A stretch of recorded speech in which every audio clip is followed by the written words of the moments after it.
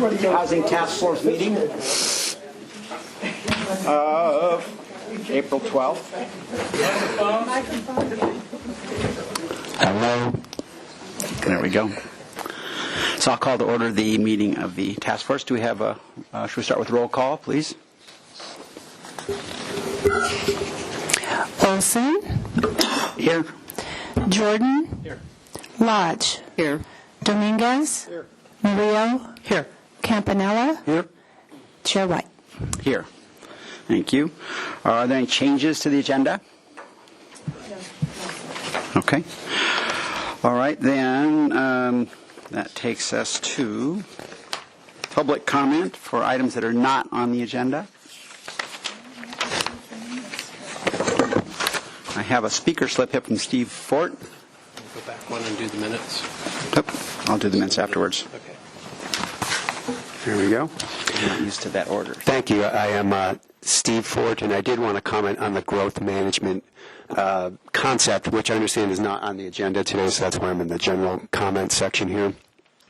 Again, it's Steve Fort. I am not here today representing the Coastal Housing Coalition or Suzanne Elledge Planning and Permitting. I am just representing my wife and I. We're both employed here in the city. We're lucky enough to rent a house here in the city, but we do rent. And we're lucky that our landlord is fairly kind, because we can't compete with inherited property wealth and all cash offers that we're up against in terms of buying a house. We're one rent raise away from having to leave Santa Barbara in general. I find the growth management concept dictated by a few people and supported by the lucky few to be insulting, frankly. AUD units, granted, aren't for my wife and I. We know that. But we see it as a trickle-down impact on the market as a whole. More units, new units. The quality of our housing stock is pretty bad for the cost. And we see this, we know this, we live this. We need more housing.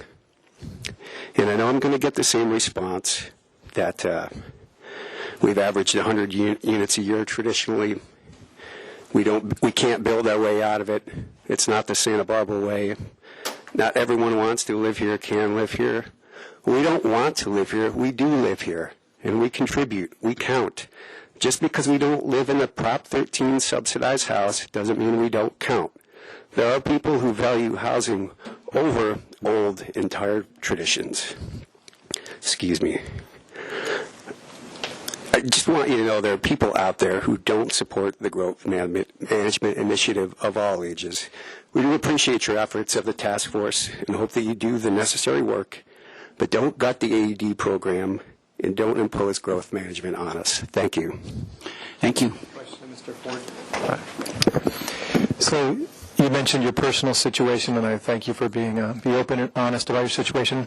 One of the things I've been concerned about since the start is ownership opportunities for sale, because it sounds like from your situation what you guys would benefit most from, and not knowing all the other circumstances of your life, but half of the 60% of our town who are renters would benefit from ownership opportunities. And we have a number of programs, but they add up to a couple dozen units. So you didn't mention that, so I'm curious if you would be in favor of us pushing that further, adding more ownership units into the system. Into the system in general, the AUD? Into the system in general, sure. Housing pipeline. If we could get more opportunities for reasonable size, reasonable priced ownership opportunities, definitely yes. Okay, great. Thank you. Yep. Okay, Anna Marie Gott. So since you guys don't have this on the agenda today, I thought I'd talk about the short-term rental issue that we all have. In January, I received a report from Host Compliance. They are a benchmarking company for short-term rentals, and they are one of the leading benchmarking companies. They go in and they analyze over 100 different platforms to determine how many short-term rentals are being operated in each city. They had 1,037 listed here in Santa Barbara at the end of January.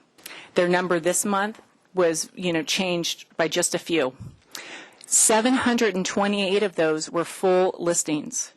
That represents about 3.86% of our housing stock, And that represents a lot of housing that is being completely taken off the market. We really need to focus on getting those units back into the long-term rental market. Our fines are not big enough. It's the cost of doing business, the ability for the city to actually enforce any of our laws with regards to short-term rentals is weak, and it needs to be revised, and you guys need to put real teeth in it. And instead of having to have someone report their neighbor, you need to go out and rent one of those units for a week, rent them for a day, and then you've got your evidence, and take them to court if you have to. We need you to actually do something, because if not, we will continue to see new listings which appear on a daily basis in Santa Barbara. The problem will not be solved with the way that you guys are actually managing it now. And I would hope that you would, moving forward, really consider that, because our renters and our residents here in Santa Barbara need your help, because they're being driven out of Santa Barbara for tourists. Thank you. Thank you. Okay. Mr. White, can I ask staff for a data point here? So the speaker mentioned one data point. What's the city's current understanding of an estimate of how many STRs are still operating, either in the allowed zones or in the areas where they're not allowed? What's our best data? This is going to be a rough approximation. We know that a couple of years ago, when the issue of vacation rentals was taken up with the City Council, we had about 1,200 units identified through looking at sources such as Airbnb, vacation rental by owner, and so forth. Since that time, we know that we have taken action, and through the City Attorney's Office closed about, I think it's about 500 cases, somewhere in that neighborhood. Anna Marie, is that close to the number? Thanks for asking me a question. So yeah, and you'll find that oftentimes people will make changes to their listing, and then a short time later, if you go back, it's still being listed for a night or 2 days or something like that. So enforcement doesn't go out and proactively, look back at these listings. The other thing is that Ariel in September submitted some information with regards to the lawsuit, with Theo Cracky. And he reported at that time that there were over 1,000 units that they still were aware of. And just so that you know, the algorithms for many of the platforms have actually changed, so that you actually can't see the totality of the listings in Santa Barbara. You may only see a very small number, because they don't want the city to know how many are actually listed here in Santa Barbara. Thank you.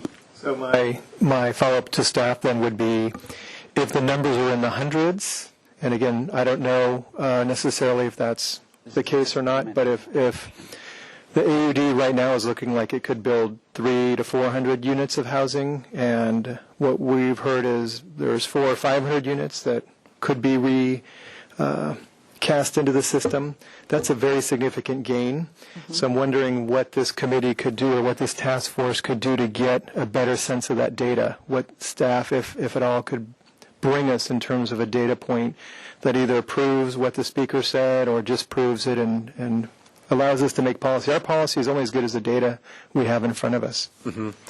Let me just speak to that very quickly, and then I'll turn it back over to the chair. The information that Ms. Scott has obtained is from a provider, Host Compliance. There are a number of firms like Host Compliance out there that provides information, that has solicited the city's business as well. We're exploring those opportunities. Part of our concern is that some of these organizations or businesses are very closely in alliance with certain vacation rental websites, and so they may have an interest in turning over units that are offered for rent that are not in strategic business alliance with them. And so we're looking for a neutral source of information. We are pursuing that, and we will be bringing that back. I would suggest if that's something of interest to this task force that you add it to the to-do list and seek council direction as to whether or not that's something that the council as a whole would like the task force to work on. Thank you. Okay. And yeah, it's obviously a hot issue, but it's a step away from what we're hoping to accomplish today. And I want to start with. Thank you, Mr. Chair. Yeah, it is outside of our purview, I think. Well, whether it has to do with housing, but and again, I appreciate the concern, and it's definitely an important one. I want to get back before we get started on our agenda with our pledge. And our pledge is certainly not to necessarily to the flag today, but to the notion that if we do nothing, we will end up with the variable density ordinance. And I think that that tends to be there are very few people who think of the variable density ordinance as a good idea. So I want that to be a spur for action. Every meeting that we remember, we have a task here that has a real need for momentum. So with that, I am going to we open our agenda with 10 minutes dedicated to Mr. Campanella's information that he generated for a previous meeting. He's going to present 5 minutes of his information. We have 5 minutes for questions, and then we will get back to staff. So with that, Mr. Campanella, thank you for your efforts, and your 5 minutes is beginning. Okay, thank you, Chair White. I don't know if people had their own schedules from the last meeting or the handout that's on the table. If that's more convenient for you, unfortunately, things got shuffled around a little bit, but let me guide you to the most important pages if I can. Starting out with, on the top of your package, you'll see observations. The observations are based upon what's on our AUD housing case information that's on the website. This is as of February 2nd. I'm not going to go down all of these, but just keep these as a reminder. I will point out some of these issues when we get to the actual project numbers. On the back is the same type of observations on the pending cases. That's the bullet points. Okay. Now, in the 5 minutes, what I'd like to do is skip 2 pages to what's called Schedule A. If everybody can get that, I'm sorry it was put together incorrectly, but Schedule A, which is 10 cases approved of housing priority.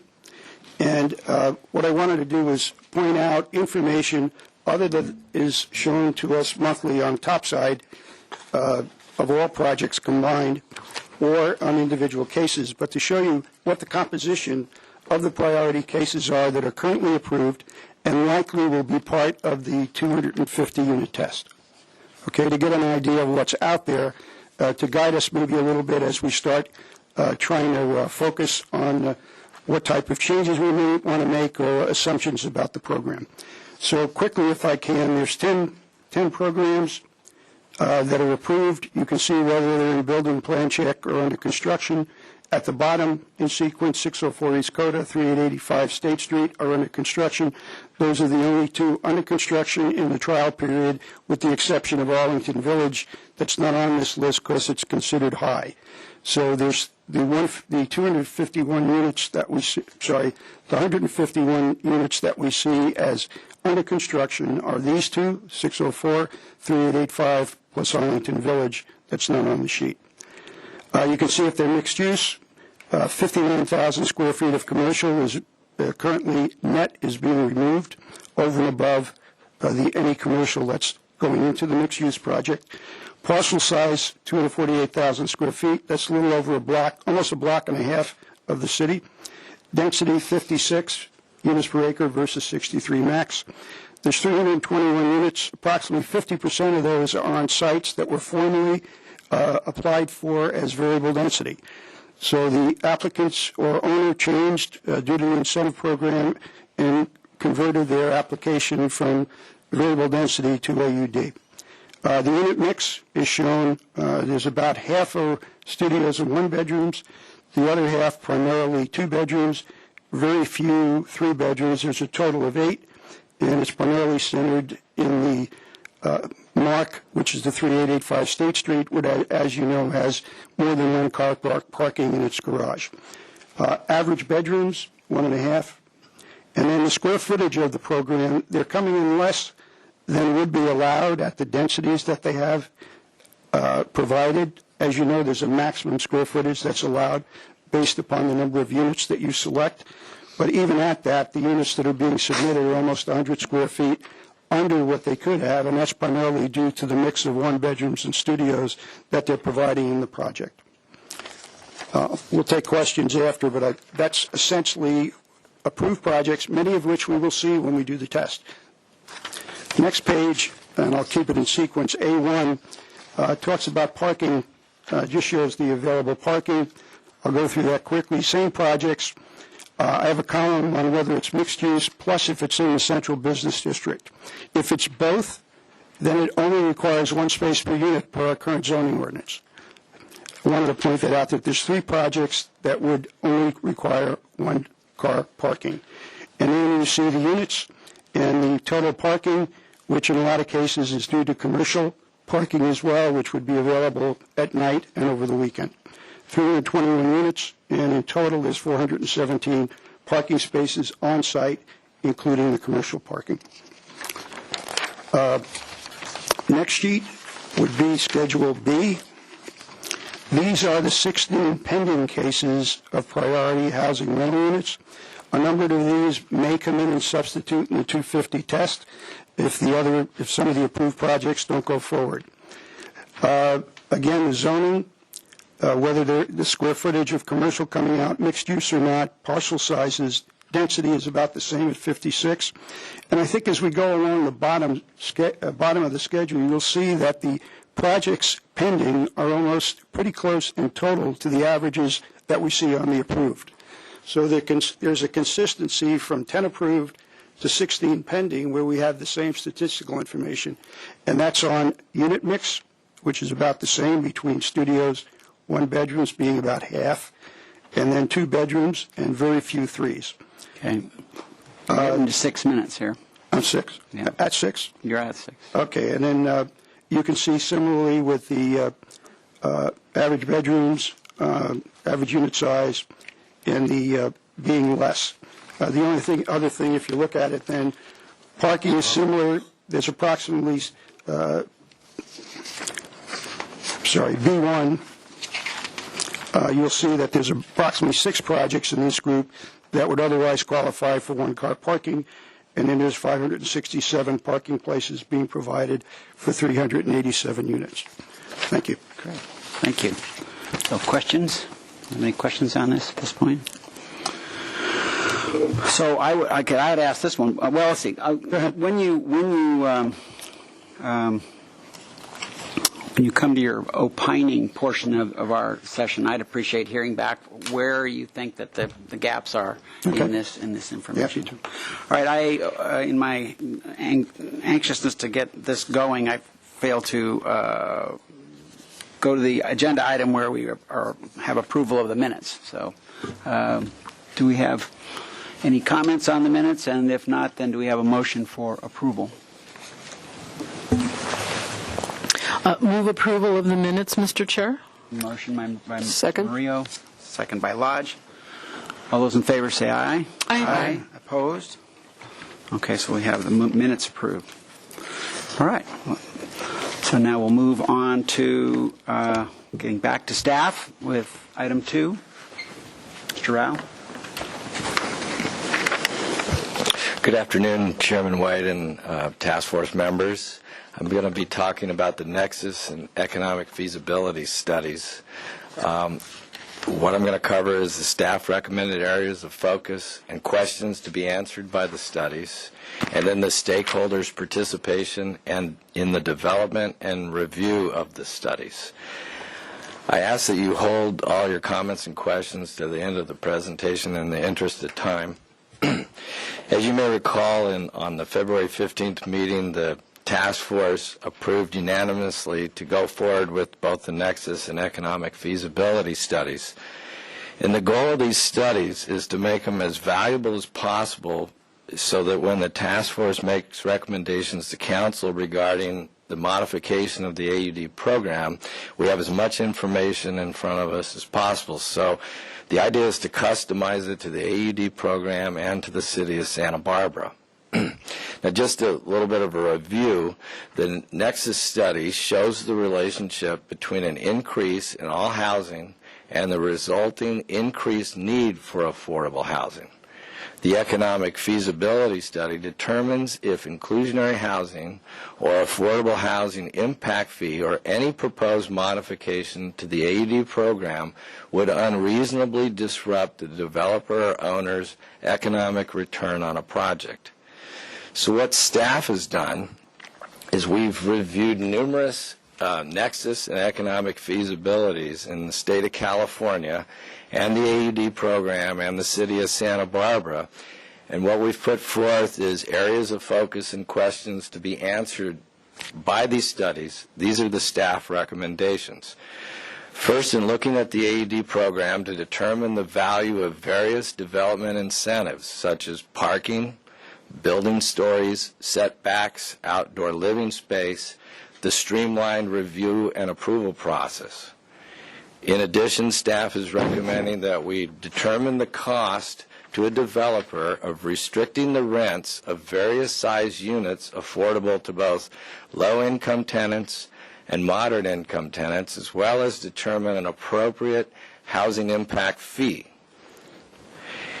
And to make sure that this study is extremely comprehensive and informative, we're also recommending that we evaluate the rate of return for existing and proposed multifamily rental and owner prototypes and projects in priority housing overlay, high density, medium high density, and a prototype owner condominium project. And in this way, with these staff recommendations and asking the third-party consultant for this information, we believe you'll have the information in front of you when considering any AUD modification to make the most informed decision. In terms of formulating these studies, staff is recommending extensive stakeholder participation in the development and review of these studies. And this is a listing of who we're recommending participate. And once again, this isn't just the review of the study. This is being involved in the development. City Council, Planning Commission, HLC, Architecture Board of Review, Housing Task Force, city staff, etc. So it's just about everybody's involvement will make it the most robust and beneficial study we can produce. So with that, I've made my presentation on the Nexus and feasibility studies, and the hope here in turning over to Chairman White is we can take the following action that's in front of you to move forward and place an RFP and get these studies ordered and back so that we can review them. Thank you. Thank you, Mr. Rao. Do you have any questions, staff, at this point? I do. Okay, Ms. Murillo? Thank you. Thank you, Mr. Chair. So, Mr. Rao, we just heard from Planning Commissioner Campanella that when you look at actually what our AUD program is doing, how would that tie into what a consultant would look at, right? Because what I gleaned from what he said is that there's some evidence already of parking that's being provided, and that things that are pending, projects that are pending, are basically mirroring what's already been approved, right? So approved and pending in terms of the bedroom ratios and that kind of thing. So how would that work then to... Well, Member Murillo, the first step would be in the Nexus study to just simply establish whether there is, when you place a market development, if it produces a need for additional affordable housing. And then it recommends a fee or an inclusionary level that is reflective of that need. So that's the first step, and that's actually a requirement there's what's called the Mitigation Fee Act, which requires that you do this study in order to assess a fee or require inclusionary. So in the case of AUD, the consultant would receive all the information regarding AUD, all the concessions, incentives, the density levels, the different zonings, and either look at existing projects or prototype projects, and questions such as how much is one parking spot cost. So an example might be that we're considering having 2 bedrooms required, or I'm sorry, 2 parking spaces required for a 3-bedroom. Well, what does that cost the developer, that additional parking spot? Is it $10,000? Is it $18,000? So what it's doing is quantitating everything that we're making in terms of a decision to modify the program. I hope I've answered your question. Okay, Mr. Jordan? And we would also use existing data as well. We're looking at existing projects. The idea here is to find a balance between what's important in terms of modifying the AUD program, such as affordable housing or parking, versus going too far and making it where the rate of return for the developer is so low the project doesn't get off the ground in the first place. Understood. And Mr. Chair, I had another question, if I might, before you go to Mr. Jordan. So this looks like an awful lot of stakeholder participation. Do you have a timeline suggested, or did I miss that in your material? In the fact sheet, it talks about it 6 months from the beginning of the RFP, but we're going to look to accelerate that. And there's stakeholders, there's a reason for various stakeholders in there. For example, a real estate appraiser has a good handle on the value of land, for example, and a developer obviously has a handle on a lot of things. So the idea is to turn it around as quickly as possible, because we realize it's important to have that back to make the most informed decisions. Thank you. Thank you, Mr. Chair. You're welcome. Mr. Jordan? Thank you, Mr. Chair. So just kind of on this Nexus thing, taking a step back before you even go to affordable housing, when this process is churning all this data, is there not a way for somebody to take a geographical area and historical rents, ownership, and rental variables, and actually come up with a number of units within a certain parameter that will begin to affect market rate rents in that geographical area?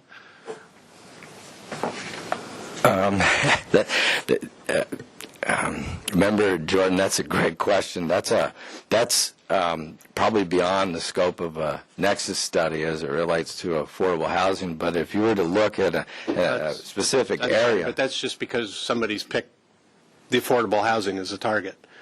So with the Nexus study, but what prevents somebody from picking the tipping point to begin driving down rents in the same area?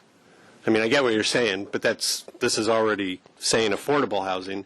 But to me, I've always had this question in my mind on how many units do you need as a target, and what do they look like to actually begin potentially driving down affordable housing, rather than the blanket statement that if you build more units, rents will go down. Oh, sorry, I didn't get your.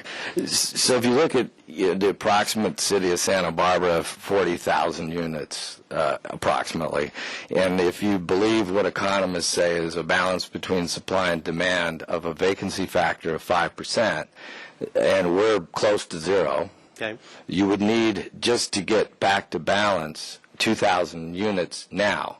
You've also got other considerations such as overcrowding, people living on couches and garages. You've got people commuting in. You've got growth rates. So that number's obviously quite a bit higher. Although I must say that any supply that's put on the market certainly takes pressure off of that, improves that balance, if you will. So we've kind of just used the industry 5%, and that number's a little bit higher for our particular. That would be our kind of benchmark. Nobody's ever really done a study to say, given your a little bit higher particulars, what that 5% number would grow to and what that equates to in new units and what they would look like. Right? Correct. Okay. And then the other question I had in linking this to affordable housing is, how do you, or how does the study determine what the tipping point is? So how many new units of what lead to a determination of a significant increase in those things you all just listed as being drivers of more need for capital A affordable housing? Is that part of his recommendation? Is that a preconceived significant benchmark that we have? I mean, when does that happen? How does that? I'm not quite sure what you're asking, but I think what you're asking is that what will be produced out of these studies. Well, so let me try again. So there's this number's being thrown around 100 units as a cap.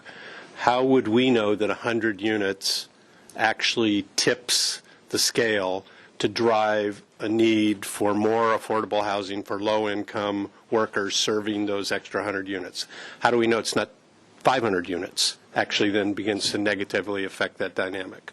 How do we know it's not 50 units? Well, that's what the Nexus does? study actually takes a look at, and it does done this for each city. It's unique to each city. So, for example, in San Jose, it might be that 100 units drives the need for 10 affordable units. Okay. Because what you're doing there is there's low and moderate income services that are required, and those people need housing. So it's not assumptive that one unit equals. No, it's unique to each particular okay. Nexus study. Okay. I've seen a full range. All right. Thank you, Mr. Chair.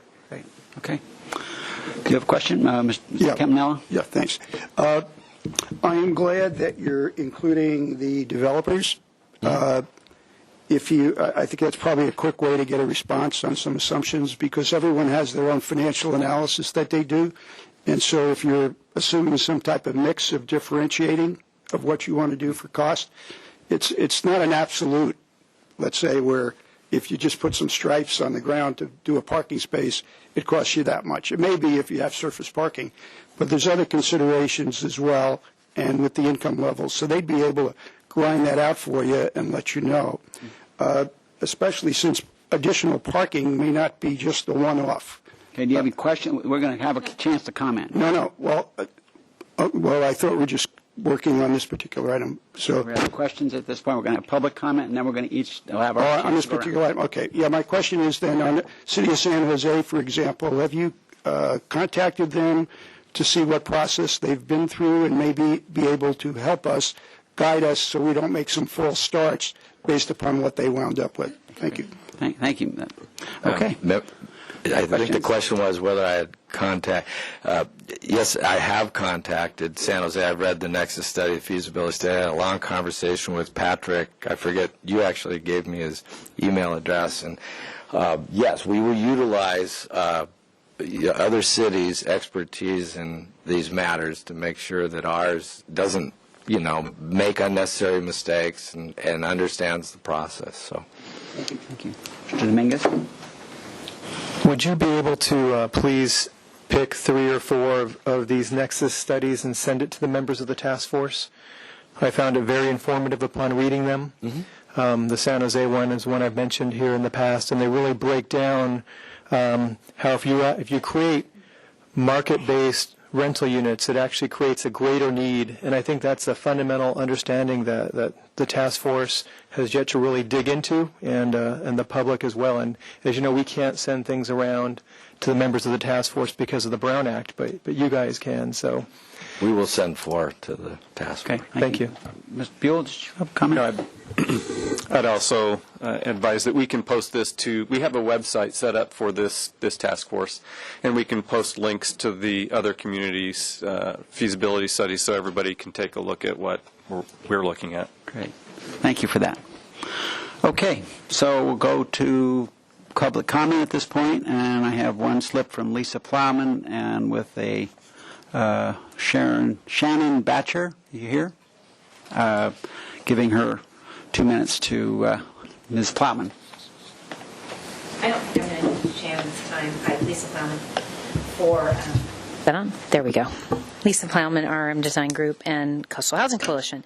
I don't think I'll need Shannon's time. I just had a question about the feasibility study.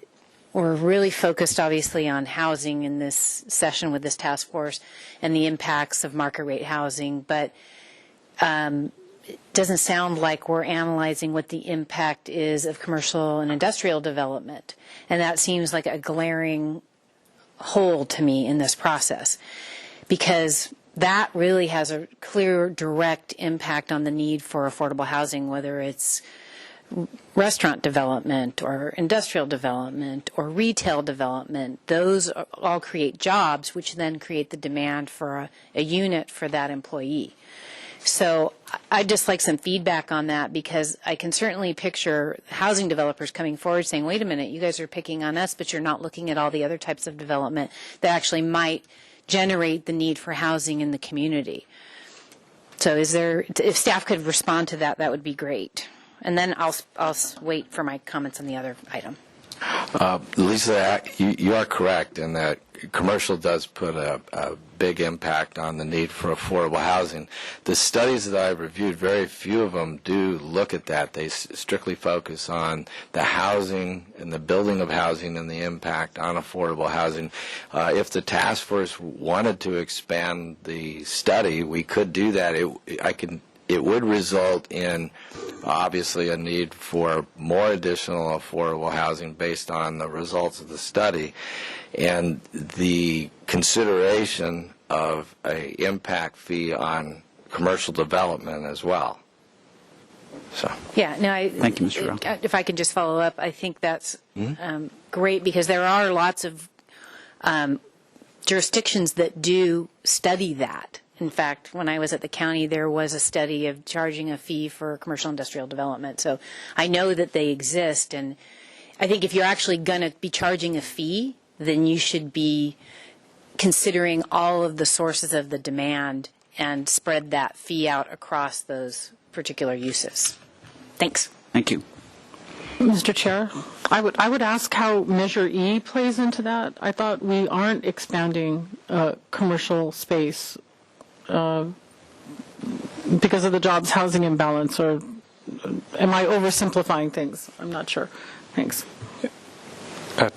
Chair White, Councilmember Murillo, yes, we are under Measure E. We do have growth management in place, but the commercial development may occur within the city, and if it doesn't exceed a certain size, then it does not require any type of special approval from the Planning Commission or City Council. Great. Okay, so it's now back to the task force, and I started on that end last time, so I'll start over here now. Mr. Dominguez, you have comments on this? Yeah, and in the meantime, of course, I thought of another question. The list on of stakeholder participation, I'm assuming, so I just want to make sure I'm not false, that's just going towards the feasibility study. You're not going to do stakeholder meetings regarding the Nexus study. That's just something consultants work on. Is that correct? That's correct. Okay. And so again, just going back to the need for the Nexus study, we had a speaker talk about the need for rental housing in Santa Barbara, so I just can't reiterate enough how it does come in at different income levels.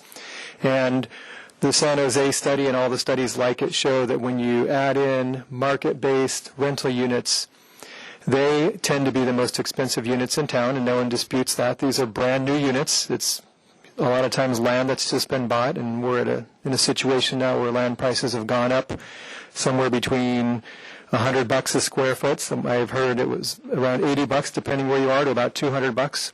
But in any case, the people building housing now, it's very expensive to build. The development costs have gone way up. So the newest housing, of course, is going to be the most expensive housing in town relative to its category.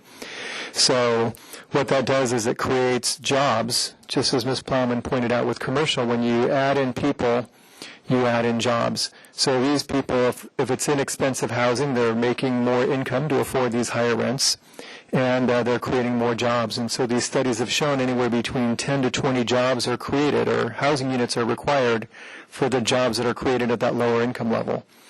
So that's what we're fighting here, because the initial program, AUD, was designed to create affordable units for our workforce housing. And right now we're in a situation where it's actually taking units out of that number. So affordable workforce housing, we're looking at between 50 to 120% of your area median income. We're actually losing units in that band. We're adding in a bunch at the higher band, which is what AUD is producing. But for people who are making $50,000, $60,000, we're actually taking units out of the system, both by we're demolishing some of those older, cheaper units to make way for some of the newer units, and we're adding in this demand. So both of these mechanisms, so my calculation conservatively is about 100 units are being removed from the system, or there's induced demand. So that's, to me, the nature of the problem we're fighting. So when we're looking at our solutions, and the goal at the beginning of the RHNA, the Regional Housing Needs Allocation, was 1,521 of these units. We've now added 100 more to that demand. So we've really worked ourselves into a hole. So comments on the, I hope we can keep the comments to the... we need to move forward with these studies as quickly as possible. And no additional categories in which to examine them. Okay. Mr. Jordan?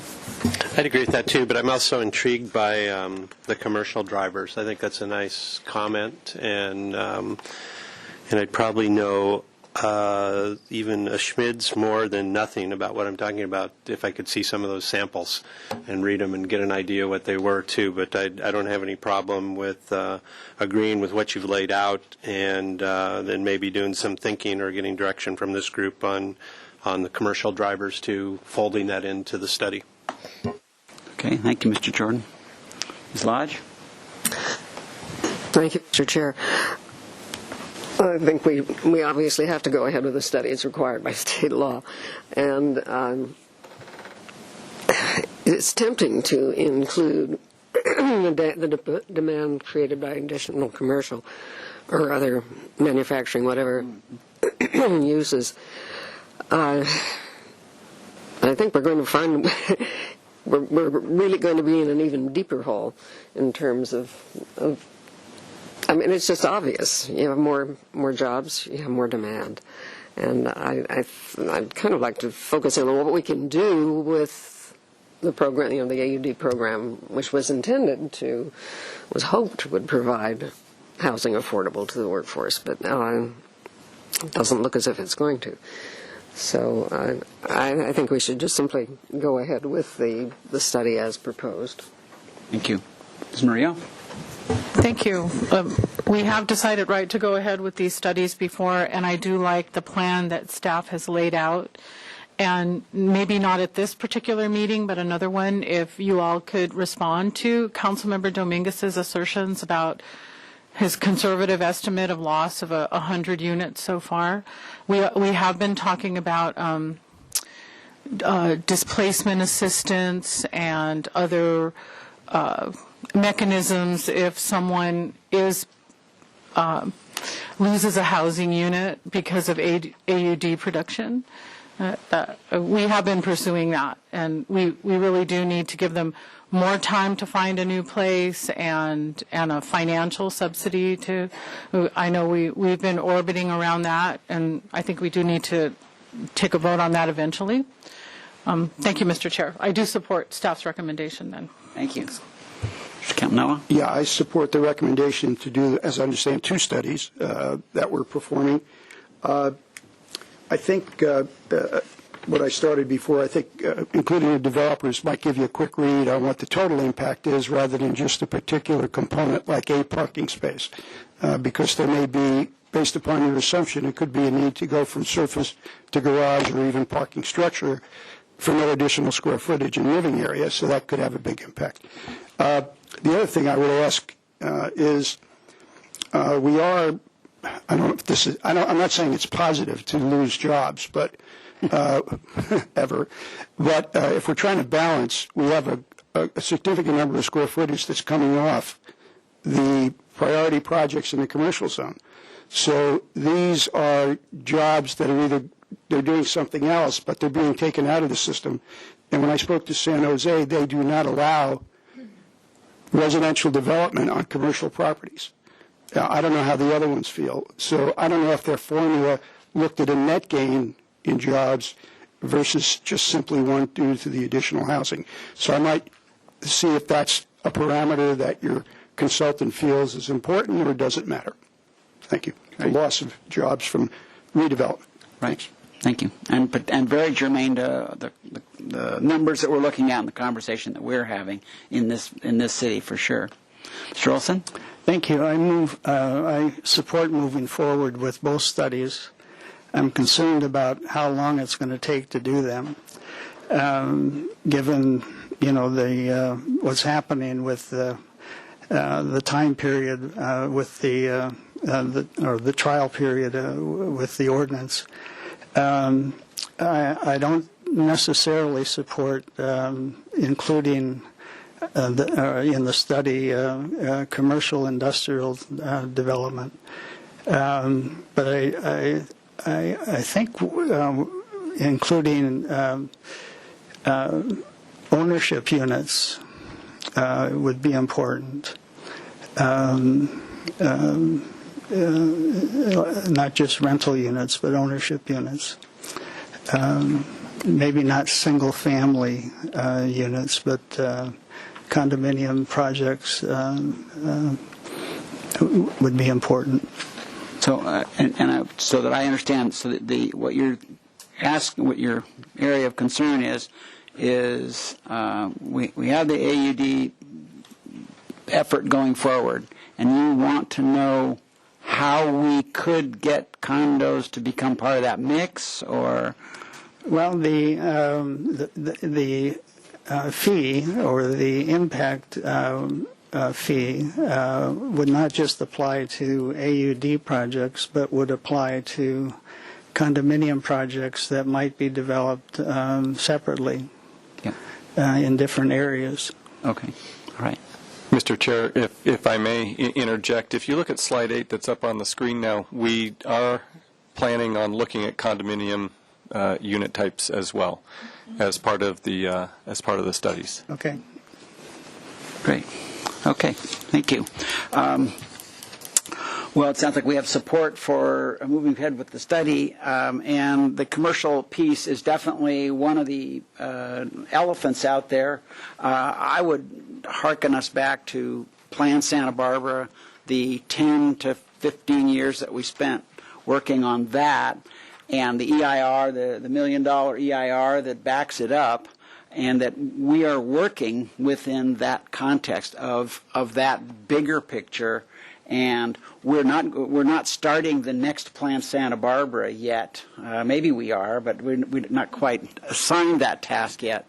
So we're trying to basically tweak and use the adaptive management spirit of the Plan Santa Barbara to make AUD work better. So I support going forward with the study, but I'm also, and Mr. Olson hit it too, how much can we bite off, and how can we work this within the spirit and context of the land use plan we have before us, and doing doable doses. And where the commercial, I think, is one piece that we're going to need to know more about in the future. I'm hesitant from this position to say, let's jump into the commercial demand piece at this point. I'm hesitant on that. I would like to say, how do we take this AUD program and make it meet the needs better than it's doing now? And where I've identified this business of high value rentals is one of our concerns. The Mark is one of our poster children going, wow, this is a successful project, and the rents are higher than we expected them to be. So now are there things that we can do moving forward where we're accomplishing a little more, something a little more in the area of affordability? But the spirit, so do we need a motion on so we need a motion on the study. And it's on the board. Thank you. Mr. Chair. It's not blinking, but otherwise I get it. I move that we accept staff recommendation as laid out here in the... Second. Motion and second to move forward with the staff recommendation. All those in favor say aye. Aye. Opposed? All right, so we have that piece done. Mr. Chair, can I ask a question related to keeping an eye on the commercial development piece? I wonder if there's an easy way, like working through the Chamber of Commerce or our new economic development collaborative to quantify what's happening without making it part of the study. Ms. Plowman makes a good point about assigning blame. I don't want to say it like that exactly, but we do need to work in facts here. I think that's what you're saying. So, and definitely, there's a bunch of information that's available. Could we get an essence of where we stand with our commercial development? Yes, we can. Again, let's bear in mind of how much we're burdening staff at this point. We're already, we brought in two players into this game who haven't been in our planning world already because we're pushing the limits of staff support on planning. So, any thoughts, Mr. Buell, on at least giving us, not that we're going to get into decision-making mode, but at least a snapshot of the commercial scene here? I have a suggestion, and that is, as the task force comes up with ideas like this and such as that Councilmember Dominguez also brought up earlier, we can be keeping a running list and bring it back to the task force after you've addressed the issues that the City Council has asked that you look at. And if you want to make a recommendation for future considerations or additional considerations, let's take it back to the City Council and ask for their input and direction to continue to work. Good. I think that sounds fair and reasonable. Great. Okay. Thank you for that. All right. So we've taken care of that item. Now let's move on to the next. Mr. Rao. Chairman White and task force members, now we're going to go to item 3 on the agenda, which is the first objective of the Housing Task Force, Priority 1. It's really a two-part question, so it's analyze the effectiveness of the AUD program to provide housing for existing Santa Barbara residents and employees, and also to explore options to assess impact fees or otherwise mandate the construction of rental housing affordable to households earning 80 to 120% of area median income. So let's take the first part of that, analyze effectiveness AUD program to provide housing for existing Santa Barbara residents and employees. There's 5 parts to this. It'll be the AUD survey, the community profile, the current rental market, income levels and rent affordability, and housing element performance. A lot of this is in your packet, and some of it's in even more detail than what's in the PowerPoint slides. So the Aed Annual Survey, the purpose is to evaluate and monitor the AUD incentive program on completed projects. It's a standard condition of approval, and it's submitted annually. The initial report is due 6 months after the final certificate of occupancy. To date, we have received none, so it's hard to assess from the survey how AUD is serving the community at this point. So let's take just a quick overview of the community, the Santa Barbara community. A lot of this data is based on the 2011 to 2015 American Community Survey. As of 2015, there were approximately 37,886 units. And of note, the rental vacancy rate at that time was 1.7%. In terms of housing tenure, the mix of ownership units is 40% and rental units is 60%. Now, that's units, not household or head count. The median household income for an owner household is $104,896, and for a rental household, it's only $49,684, which is a huge difference. So once again, that's the median household income for a renter household. And then here's the distribution of incomes in Santa Barbara for renters, the largest being between $25,000 to $50,000. Then once again on owners, the median household income is over $104,000. And here's the distribution. Of note, over 30% make $150,000 or more. So in looking at the state of the community, according to SBCAG in a 2014 survey, approximately 15,853 of the daily population changes from commuting. Workers who live and work in the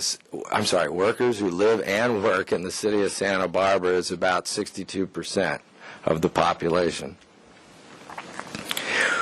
The vacancy factor has been very low. According to a recent article from Keller Williams, there's some anecdotal evidence that the residential vacancy rate in the South Coast has increased slightly from less than 1% to somewhere in the range of 2 to 3%. The reasons they cited were seasonal factors and potentially some of the enforcement that the city has done on short-term vacation rental by owners. In terms of balance, per HUD, a vacancy rate of 5% is considered sufficient to provide choice and mobility, and economists call it the balance between supply and demand. So in your packet, you have the 2016 City of Santa Barbara survey and the Dyer-Sheehan Group surveys.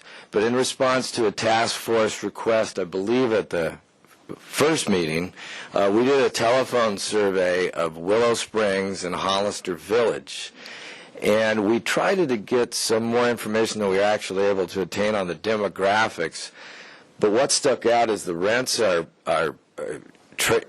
above the levels in our survey, and there wasn't too many vacant units.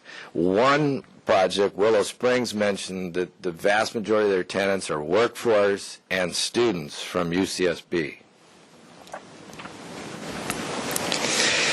To give you some more current information, presently we're working on the City of Santa Barbara rent survey, and this is the data from the first 10 days of the survey.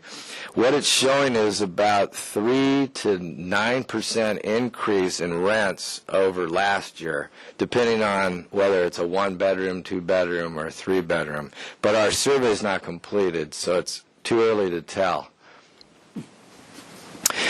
So now looking at income levels and rent affordability, what this table shows is household size by income limit category. And the areas highlighted in blue are 50 to 80% area median income, and they're eligible for subsidies such as Section 8 vouchers, project-based Section 8, low-income housing tax credit projects. And what we've highlighted is the area median income of 100%, and these are the income levels by household. And drilling down a bit further on this, what this table is trying to show is if you take the market rents as defined in the city rent survey and the Dyer-Sheehan survey, and then you take a household size and apply it to a unit size. I'll give you an example. You take a household size of 2, and they want to rent a 1-bedroom for $2,100, the definition of affordable rent is dedicating no more than 30% of your gross income to rents. So what we've done in the table below is run those actual percentages. And as you can see in the yellow banded area, which we like to call the missing middle, the 80 to 120% category, all those ratios are at or above 30%, and they're not eligible for subsidies. In addition, this survey is a little conservative for 2 reasons. The rent information is a year old, and 2, as you can see, in the case of a household size of 2 and 4, we're putting 2 people in a 1-bedroom and 4 people in a 2-bedroom.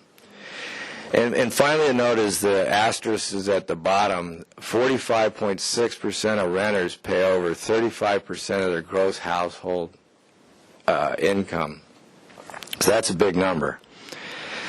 So in terms of market rents, what kind of income does it take to afford a studio. If I'm one person and I want to rent a studio and I only want to pay 30% of my income, the minimum income I need to have is $57,500. And, you know, if you take a household of 3 going for a 2-bedroom, they would need $93,000. So drilling down even further and looking at that slice between 80 and 120% AMI, what this table shows is household size taking 30% of their income and saying these are the rents they can afford. So, for example, if you're in the 80% AMI category and a household of 2, you can only afford a rent of $1,348, which, as you know, even a studio is higher than that. So what this table is doing is saying, okay, if I'm making 100% of area median income as compared to market rents, what's the difference between what I can afford and what are market rents? So, for example, in a 2-bedroom, market rents are $2,500. The affordable level for someone with 100% area median income is only $1,735, for a pretty big difference of $765 a month. So obviously there's a spread in the affordability of rentals in town. So how is the city doing in terms of the housing element performance? There's objective H11 called Promote Affordable Units. It says the production of affordable housing units shall be the highest priority, and the city will encourage all opportunities to construct new housing units that are affordable to extremely low, very low, low, moderate, and middle income owners and renters. So in formulating the housing element, which spans over 8 years, the city is assigned regional housing needs allocation, or RHNA numbers. And those numbers, those 4,099 units, the city is to demonstrate the capacity to develop those units. The city adopted what's known as the quantified objective, which is to produce 1,378 units, which averages to about 172 units over the 8-year period of time. So how are we doing so far? This is a table that shows the new units or the building permits issued in the years 2015 and 16. So we have 436 building permits issued, which is, you know, almost an average of 220 a year. But as you can see, the vast majority are in the above average category. And then of note, if you look at the 80 to 120% slice, there's only 4 units. So how do we help the missing middle, or the 80 to 120%? So explore options to assess impact fees or otherwise mandate the construction of rental housing affordable to households earning 80 to 120% of area median income. You can do a recorded covenant on income-restricted units, or, as we discussed earlier, impose an affordable housing in lieu or impact fee. So let's take the restricted units first. How would you do that? Well, you would record an affordability covenant on the project to ensure long-term affordability of the specific restricted units. The affordability covenant requires annual compliance monitoring, which includes submission of annual reports. If you decided to take the route of a housing impact fee, the fee charged in lieu of providing affordable restricted units or inclusionary units, the developer would have an option to provide these inclusionary units or pay the housing impact fee on new rental developments.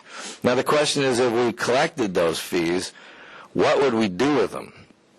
Well, here's some uses of impact fees that we would have and other cities have used. We would acquire vacant or improved property.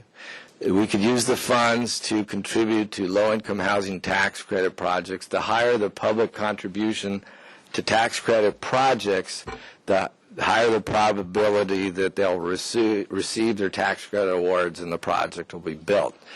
We can develop new and low and moderate income housing units, rehabilitate existing affordable rental housing units to extend the useful life. We can also develop the development of moderate income condo projects. So there's a variety of uses for the housing impact fee. So the question is, what are other jurisdictions doing? Well, there's approximately 170 California jurisdictions that have inclusionary housing programs. The city of Santa Barbara has an owner inclusionary program, but not a rental inclusionary program or housing impact fee. The degree of implementation varies because each jurisdiction's utilization of inclusionary or density bonus will vary with the jurisdiction's base density level and how that relates to the specific size of a project. In your packet, we've provided, I believe, 6 examples of what jurisdictions are doing. There's a full range. All the way to the city of San Francisco put on the ballot and had passed a measure to have inclusionary units in their projects. The city of San Jose, for example, charges $17 a square foot. But we will be sending you 4 examples. So anyway, we've talked about priority 1, and I'd like to open it back up for questions at this time. Great. Thank you, Mr. Rao. Are there any questions? I have a question. Mr. Dominguez?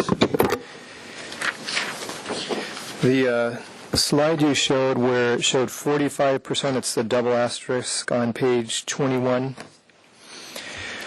45.6% of Santa Barbara renters pay over 35% of gross household income. So that's what HUD calls overpaying. And we had a city statistic, I think it was in the general plan, that broke that down by different income levels. So this is 45% of all renters. So what I remember, please let me know if I'm in the right ballpark, but people in the low and moderate income, I can't remember if it was low or moderate, but one of them had an 80% overpaying rate. So this is actually an optimistic or an aspirational statistic relative to the group who we're really concerned about, because this 45% is going to include people making $200,000, $300,000, or people who've been paying rent in the same place for 20 years in Santa Barbara. So maybe they're paying really low rates because they have landlords who are very generous. So the problem is it kind of skews, I think, the data and how deep our crisis is. So if we could see the broken out data per income level. And then the other question I had is, so the 170 jurisdictions are doing inclusionary housing. Do we know how many jurisdictions are not doing inclusionary housing, or how many jurisdictions are there in California? I'm sorry, I do not, and there's a wide variety. And back to your previous question, if you look at this table, you're correct in that those are the theoretical percentages calculated. So if you look at 80% area median income, look at that, you're 47%, 49%, and then you go to 50%, it climbs up to 75% of their income. So without the benefit of some type of subsidy, and many of them don't get a subsidy, they are looking at quite a bit higher than 35% of their gross income dedicated to rent. We can try to research how many jurisdictions there are in the state of California, but suffice to say 170 is a pretty big number, and many cities are already run their Nexus study and feasibility study, and they're already collecting housing impact fees. So this just begs the question, so I'll throw it out there. Why aren't we doing this if so many other jurisdictions are? We're trying to. Great question. Okay, Mr. Jordan, questions? Any questions on this end? Ms. Lodge? Thank you, Mr. Chair. Do you know what the record has been in terms of where there have been impact fees as against inclusionary units? Have the jurisdictions gotten equal amounts using both methods? My gut feeling is that we're a lot better off having inclusionary units, because when we know they're there. Member Lodge, currently, due to the Palmer decision, there's a rule that says you cannot mandate inclusionary units in rental projects. What you have to do is provide the developer owner an option to pay the fee or build the inclusionary units. And due to the fee levels, the vast majority of what's going on is the fee is being paid. There's jurisdictions such as San Jose that already have built in the resolution that when the Palmer decision is overturned, they will immediately flip to mandatory inclusionary units. In addition, there's Assembly Bill 1505 that's in committee in the state right now that's highly likely to pass, which will overturn the Palmer decision. So in answer to your question, the vast majority now are collecting fees. For example, Berkeley's collecting $28,000 a unit for their housing impact fee. Okay. Thank you. Questions? Mr. Campanella? If I can. Let's see, it was on your chart 17 where you showed community profile renters at various incomes, household incomes. It's the rental chart 17. Is that it? Okay. Just a question. Does this include Big A affordable housing as well? In other words, are the average incomes here include housing authority units? It's all rent. So Okay. Anybody that's renting regardless. You, Mike. Oh, I'm sorry. Sorry. Member Campanella, it's all renters regardless of their income category. Okay. So would it be fair to say if we're looking at I know we're looking to get affordable housing in, but if we're judging market rate housing under the AUD and where it's going, wouldn't it be good to get numbers that are non-subsidized to take out those that are making $20,000 but in a subsidized program? The average rental should be for market rate, I think, for a comparison on what housing is being produced under the AUD. That's Okay. That question is a very insightful comment. I think that's a good point. The other one, which may not be as, thank you for the compliment, this may not be so, I'll take it. Anyway, our next chart, what is it, 19, I don't know if there's an answer to this, but this shows the incomes of people who own. And, of course, that's people who own houses now, right? It'd be interesting to, in my mind, I don't think you can answer this, but these incomes that now own, if you look at new people or new residents with the same income, would they be able to own, or now they're being pushed into the rental? If they're in the market, they're in a rental category, which is also skewing what the incomes are going to be renting properties in town. Is that fair to say, or do you think? Let me take a shot at this one, and it would depend on where they're moving from, and if there were a homeowner in the market that they came from, right. And if in that property they had a substantial amount of equity that they could bring into a property here. So let's say somebody is moving to Santa Barbara from an area where the area median income is much lower than Santa Barbara's. They probably are, let's say they own a house. That house likely cost much less. They wouldn't be bringing as much equity into the city, and therefore it would be more difficult for them to buy a home. Right. So I guess one thing, the only way we're going to know that is when we do surveys after the units are completed, I would think, to see who's in there, to see whether these would be homeowners somewhere else versus in Santa Barbara they're renters with higher income that traditionally we've seen in rental projects. So we'd have to wait for the survey. To follow up to that a little bit, Fannie Mae publishes a national, what's called a Affordability Index, and it's published by county. And what the Affordability Index is what percentage of the population can afford the medium-priced home. And in Santa Barbara County, it's currently 11%, which is the same as Beverly Hills. And the national home ownership rate is slightly over 60%. Mm-hmm. Coastal, you would anticipate maybe 40% ownership, 60% rental. So we have a lot of people who could be renters. Yeah. Then on the housing element performance, under the objectives, that's slide 31, I think. As defined in the plan that we send, our RENA numbers and our housing element, this is an objective based upon constraints, et cetera, that may be existing based on constraints that currently exist. Of course, the AUD, if it's successful, is taking some of those constraints out because we're having rentals that are showing up based upon the program. But of interest is why only 13 moderate 80 to 120 was planned. I asked the question, there is a need for that, and I didn't know whether it's just assumed those were inclusionary units on for sale. That's all we would get, because it's a very small number compared to the need that we have. Well, the 4 units are they're inclusionary units. My understanding of the way this number was arrived at in the different income categories, there was knowledge of what was in the pipeline with the low-income housing providers and the inclusionary housing for owner projects we had in the pipeline at that time. I know there's another project that's going to fill those other 9 units up on State Street, so that accounts for the total of the 13. Even though you're correct in the REMA numbers, I believe those categories are 800. If you go to the overall 4,000, yes. Yeah. Well, it does show a need to hit that target, and we on that particular income level, we do have the constraints that are hurting us. So it does bring out some way to get that, but appreciated your explanation on that. And lastly, just statistically, we talked about the 170 California jurisdictions that have inclusionary.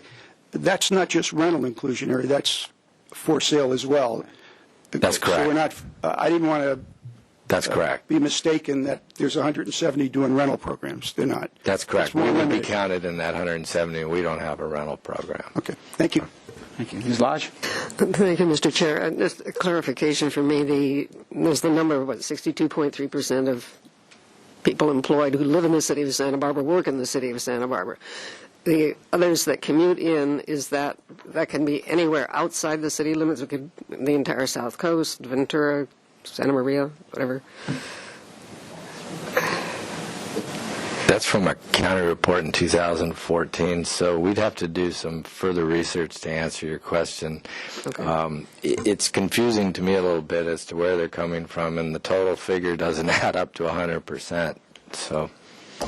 Okay. Well, SBCAG does have some broken down information on that as far as where people are coming from, and that might be helpful in that regard. Okay, well, I think the one comment, or I guess we're not at comments point. I won't violate my my own precept here. So let's get to public comment at this point, starting with Lindsay Baker, followed by Anna Marie Gott.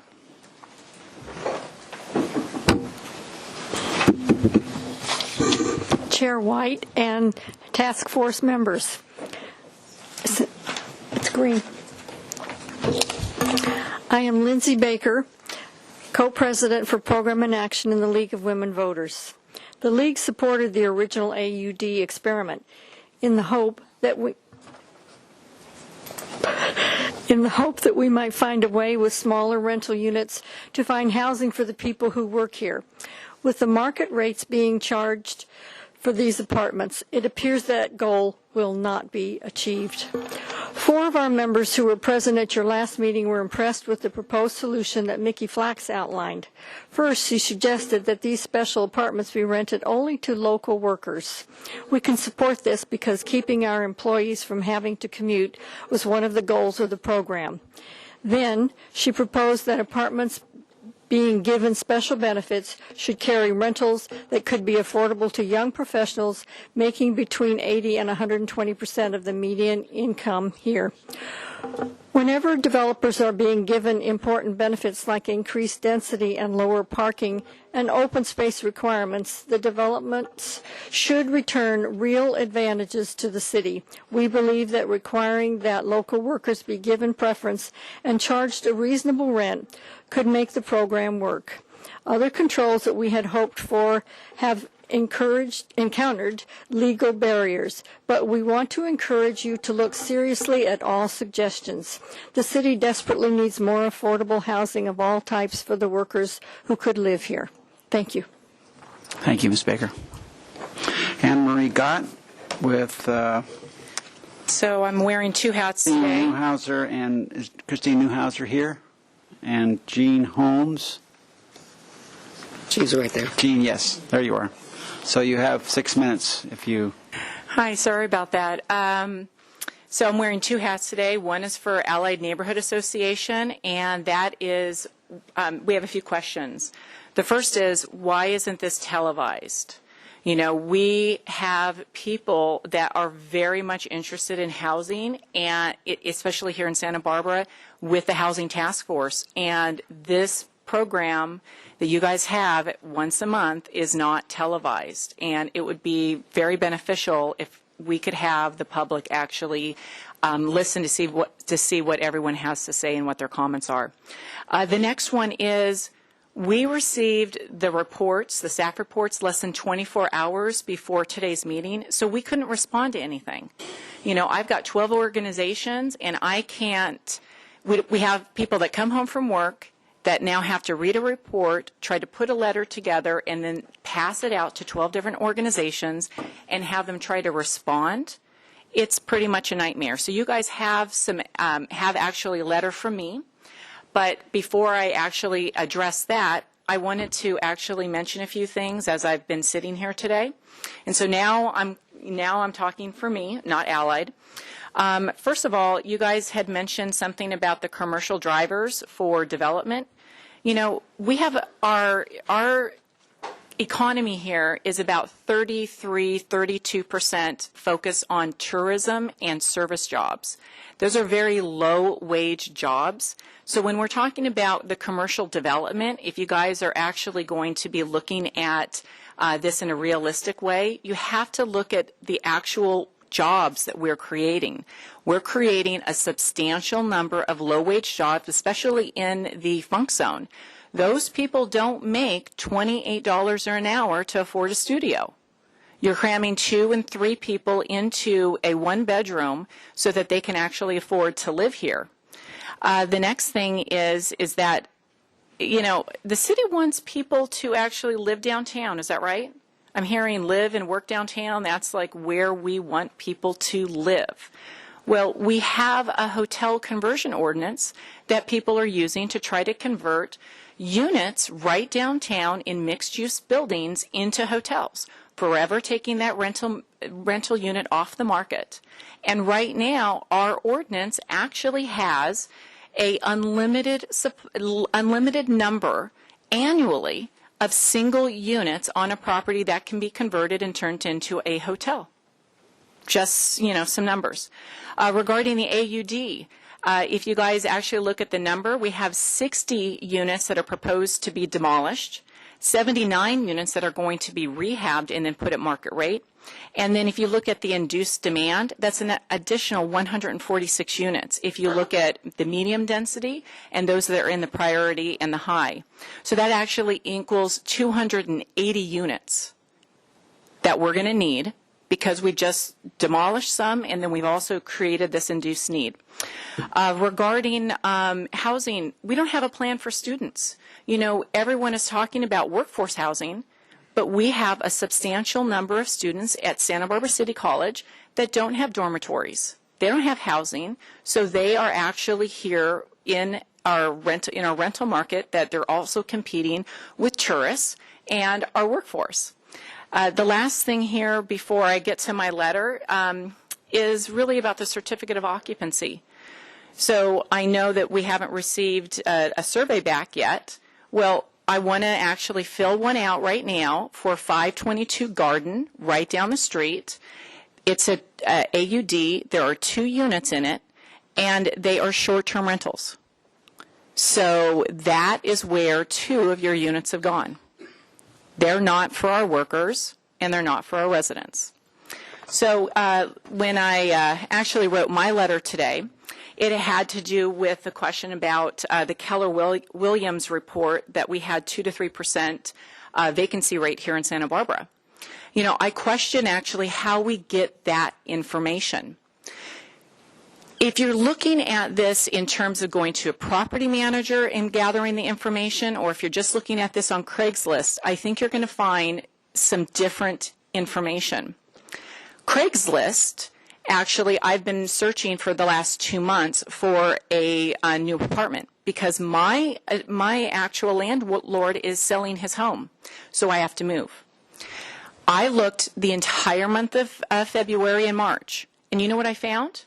I found a lot of furnished apartments. A lot of furnished apartments. And they were about $1,200 more than what a typical one-bedroom was going to actually cost. So I believe we actually have a substantial number of short-term rentals that are now being put onto the market. And in fact, I'll let you know that one of my friends who purchased a home here 6 years ago, brand new, she lives half the year in the Palm Desert area. She actually rents her home out. To go. She actually rents her home out for about $1,200 more than what a one bedroom would cost here in Santa Barbara.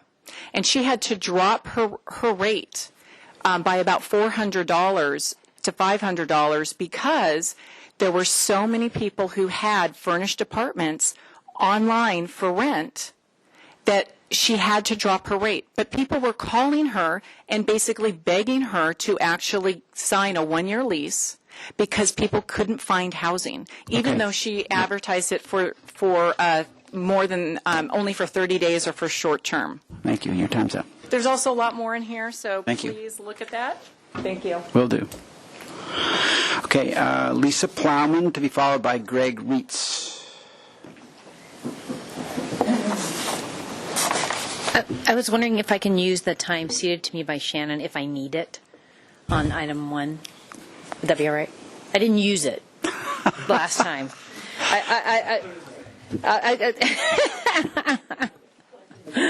So I wanted to comment on the staff's PowerPoint. It was really informative.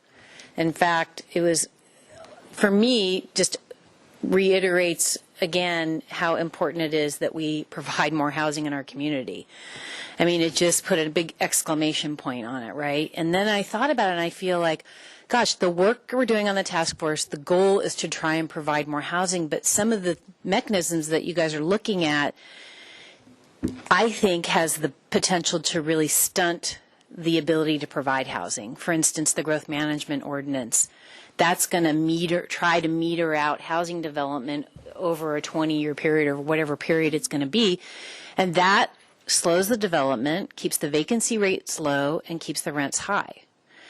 And fees that we're going to be potentially charging to housing. I mean, Berkeley's housing fee is just astronomical. It's like, how do they expect to get developers to build housing, number one, and then what are the rents going to be? Because that cost gets passed on to the consumer, whether they're buying the house or whether they're renting it. So I think we just have to keep that big picture in mind. Like, are we creating more of a problem? Are we exacerbating the current problem we have? The other thing I just wanted to mention is a couple items is that we're really interested in the Coastal Housing Coalition and a group of other people I'm meeting with on trying to create incentives to create the 80 to 120% median income units. And whether or not that's a density bonus or some other mechanism, streamlined processing, whatever it is, if developers offer to go ahead and provide that income level without being forced to do it. Because we've seen with the AUD that incentives actually really work to generate housing. And the last thing I just wanted to mention was Debbie Pikert and Ellen Bildstead are going to be working on trying to put life back into the employer housing program. And Debbie is actually working on a project up in San Luis Obispo right now with People's Self-Help Housing. And we would like to invite, or they would, I don't think I'm going to be part of that group, but somebody from this task force to participate in meetings on that, because obviously that's a really important aspect, is trying to get some of those for sale employer units on the ground. And maybe it's even somebody from the Planning Commission and somebody from Council. I know that Councilmember Dominguez has expressed some interest in it, and I know obviously Planning Commissioner Campanella has been active. Okay. So that's it. Great. Thank you. Question, Mr. Chair. So are you saying the employer-sponsored housing would be ownership opportunity? Okay. They have been in the past. I mean, I've worked on a couple of projects for Westmont.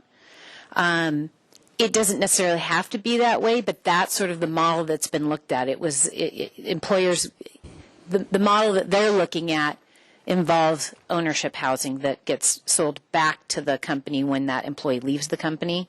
It's like what Cottage Hospital did. or what that type the of thing. university does with faculty housing.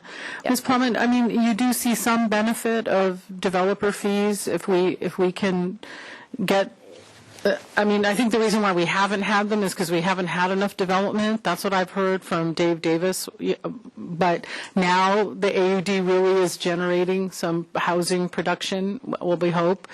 But I think I'd like to see more money available to build housing, and I know the Housing Authority is looking at trying to work it between the 80 and 120% and provide housing.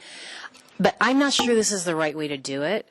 I mean, certainly we have to come up with, I mean, with the loss of RDA, we lost that 20% set aside that was guaranteed to be available for low and very low income housing, whether it's supporting a real estate transfer tax at the state or whatever it is. But I don't, I'm going to withhold judgment, but in general, fees just drive up the cost of housing. all right, Thank you. thanks. Okay. I'm sorry, Mr. Campanella had a question. Yeah, question, Ms. Plowman.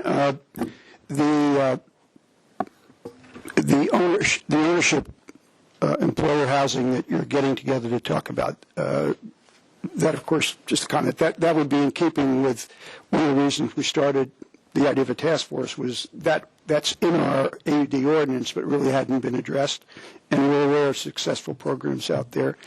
So your request for assistance, and we could talk about here at the table, Chair, that might provide us with a community group that's working on it that could alleviate, even though it's the fourth item on our list of 4, that perhaps we can get some input here from a community group without having to involve staff, at least at the outset, until they report back to us. So I think I would encourage that, and we can talk amongst ourselves who might provide firsthand knowledge of how that is progressing from our task force. Thank you. Okay, Mr. Reitz. Thanks, Kathy. Greg Wrights. Sorry. It's all right. Couple comments. I don't know if any of you saw, but in the Pacific Business News last week, several property managers have lowered their rental rates recently, and they cited new competition as the reason they had to lower their rates. And I assume there's only one major project that's been built in town, and that's the Mark. So that's new competition, maybe contributing to that, and then also the enforcement of the ordinance on short-term rentals. Mm-hmm. Yeah. So I think it goes to show that supply and demand really do control prices. That's one thing. I've said this before in front of council, but everyone's looking at the Mark as the example of the failure of the AUD program. The rents are higher than everyone wanted in that project, but I've said it before, there's a lot of amenity space in that project that is not common to all the others, and it's also in an area of really high demand. So other projects built in other parts of town without those amenities are not going to be able to support the same kind of rents. So I don't want you to all look at that and say, this is what we're getting from AUD when it's the only example out there. I think there's a lot more examples coming that will give you different rents and a different, fuller picture of what AUD really is doing. Next point, the options for paying for 80 to 120% housing did not include enhanced infrastructure finance districts. I don't know if you've discussed that. I haven't been to all the task force meetings, but I would think it would be something you'd want to look at as a means to use tax increment financing to finance additional units in affordable units 80 to 120. And with all these new AUD projects coming online, you are going to have tax increment. You will be able to capture that and use that to pay for affordable housing if you use that program. Okay, your time is up. Yeah. I have a question. Okay, thank you. You mentioned supply and demand. So is it the supply or the demand that's allegedly driving down prices? I mean, if there were another story in the paper that said these these different major employers are laying people off, and then you would think that there would be a decrease in demand. Have you walked down State Street? Well, I mean, we don't know is the answer. Yeah, no. Okay. The answer is it's a supply and demand thing. It's a question, anecdotal, of course. Right. But just thought that I would make that point. Good points. Yeah. Thank you. Okay. Okay. Mr. Chair, if I may, so at our Affordable Housing Task Force, it's the city's county Affordable Housing Task Force, I'm the vice chair, we've talked about infrastructure finance districts before. So I didn't get onto this group not to do some work outside. So, Mr. Wrights, if you want to have a meeting with me, let's pursue that, because the California League of Cities has talked about, I've seen presentations, it's a replacement for RDA. So if Campanella and Dominguez are going to pursue condo development as suggested by a speaker, let's get together and at least look at it, and I'll bring it back in some way to be part of the discussion. Thank you. Thank you. All right. Ben Romo is our last speaker. Just a comment on that point. While he's walking up, you can't use those tax measures to build housing. It has to be infrastructure like parking, streetlights. Oh, you need help with that too? We're afield. Yes. Okay. Thank you, Hi. Councilmember White. I wanted to just say, if I go over in my time, I'd like to use the time of my imaginary friend, Mr. Bojangles. You can't see him, but he is here, I promise. So I'm one of the unicorns in Santa Barbara. My parents moved here in the 60s, and they were able to buy a house. And we're talking about a lot of policy things here, and I'm not a big policy wonk on housing things, but I wanted to talk a little bit just to make sure that among the policy discussion we're remembering the human element, which I saw portrayed in data there, which I appreciate very much, and I appreciate this conversation. So my parents moved here in the 60s. They bought a house. They were both teachers, and throughout the years they've accumulated wealth, which for me has been very beneficial because they've helped me buy a dump in San Roque, a little condo in San Roque, which I bought in January with significant help from them. I could rent that place for about $2,500 to $2,700 a month. It's a 2-bedroom, 1-bath dump. But I'm very happy to be in it. And having grown up here, I've seen a lot of my colleagues, well, not colleagues, but my cohort move away, struggle to be here, make ends meet.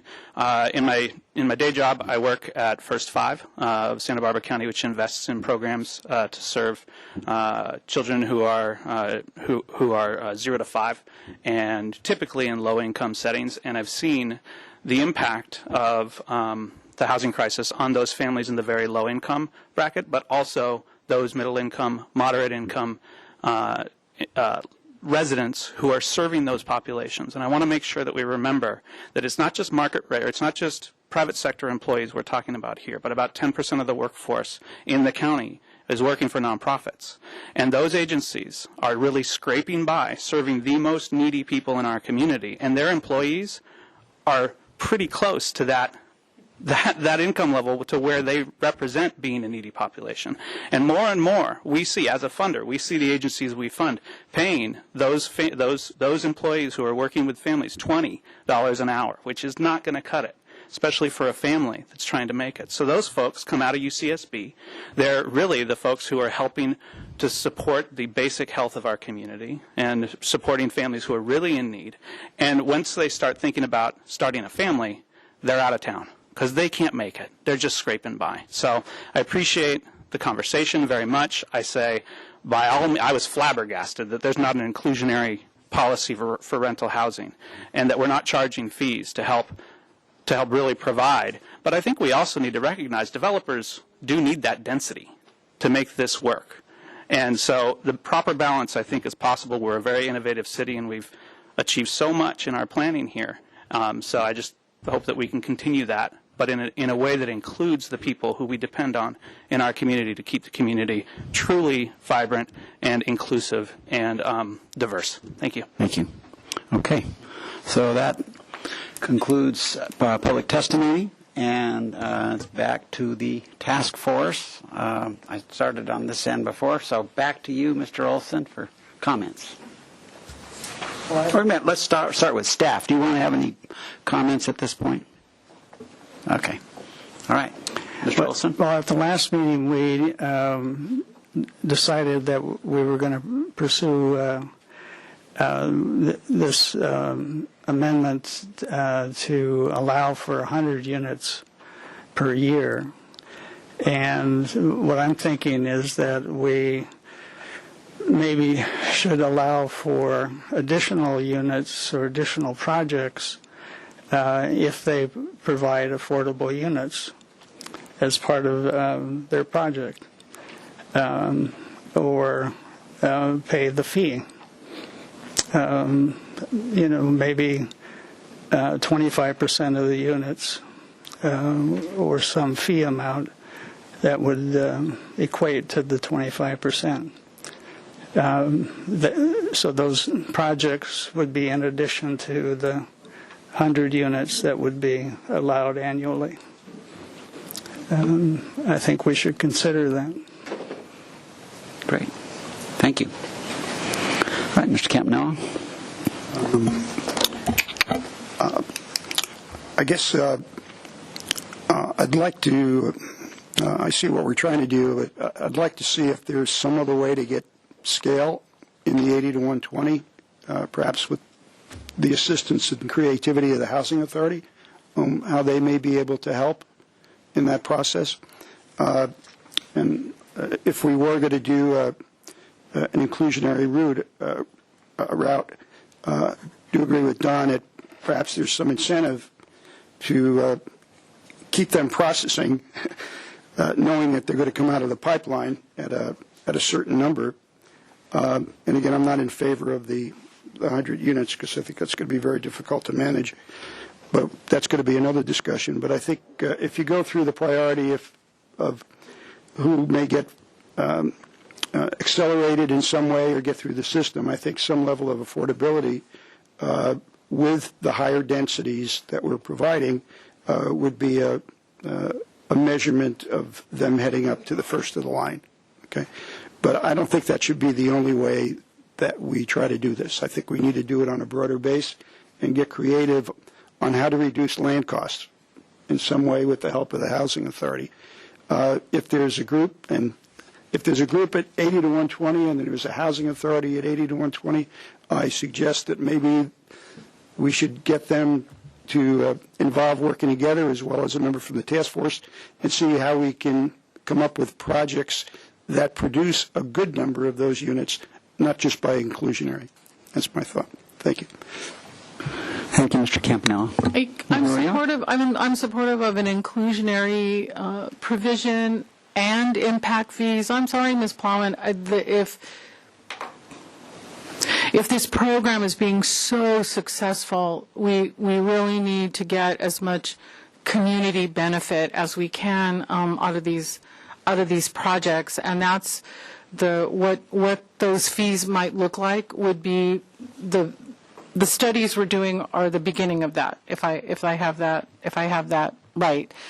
And the other comment that I would make is that I know a lot of people who live in Santa Barbara who pay more than 35% of their income to live here. So, of course, 30% is the ideal. We even heard that during the discussion about the just cause eviction ordinance and the other tenants protections that I'd like to say are still alive somewhere in the land of hope to provide tenant protections. But people said, I pay 50% of my income to live here.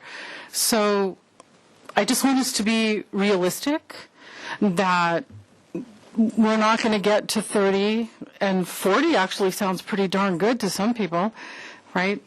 I just wanted to make that particular comment with all of your wonderful information, right? You were so painstaking about it, but this is Santa Barbara. So, and then what were some of the other?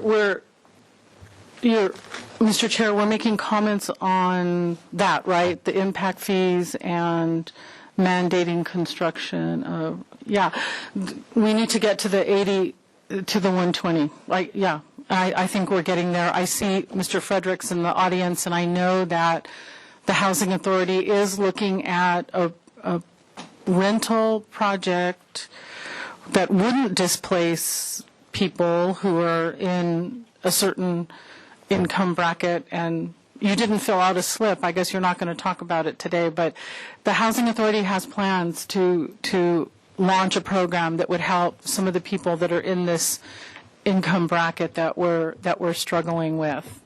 And then I have a comment about short-term rentals, but I think that's maybe for the end when we do a wrap-up. Or it certainly isn't what we're focused on. I know. I just wanted to say that if there's anything that this group would make an opinion on related to short-term rentals, is that they shouldn't be part of the AUD program. So I just didn't think this was the venue for us to arm wrestle about the short-term rentals. Just except let's try to say they're not part of the AUD. Medium high density, certainly they're not allowed in high priority overlay, right? But there's other areas where they're slipping in. So thank you. Thank you. Ms. Lodge?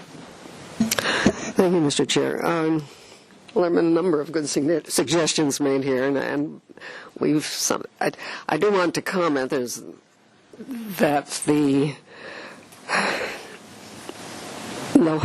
impetus of this program, of the AUD high priority, high density projects, which I have to keep reminding us that AUD is everything now. All multiple housing is AUD, but what the concern is, this particular, the test program where these incentives have been provided, and the point was to get housing that is affordable to middle income households. And whatever the facts are, obviously the incentives have proved very effective because developers are finding they can make money on these projects.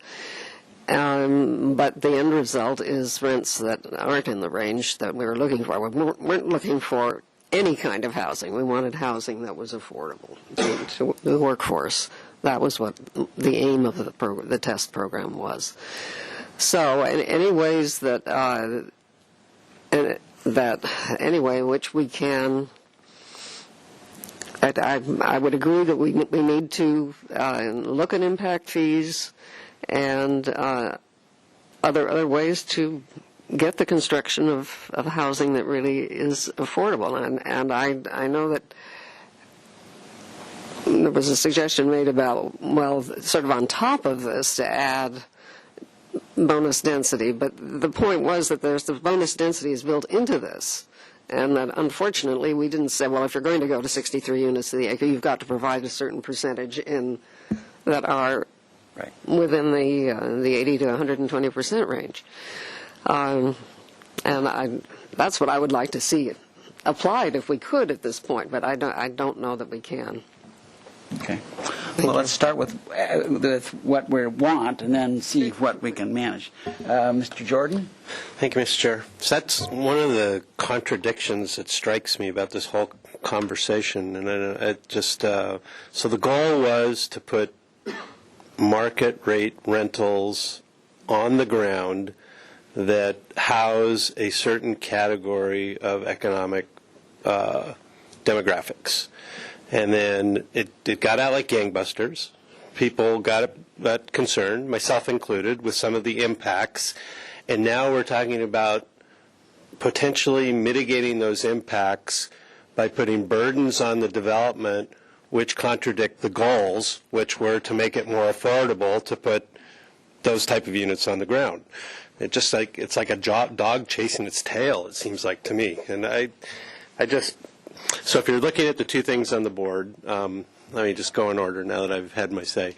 But definitely agree with the number one bullet. Anne Marie, you guys sit in a living room once a month rather than a letter that's gray and throwing stuff at the wall.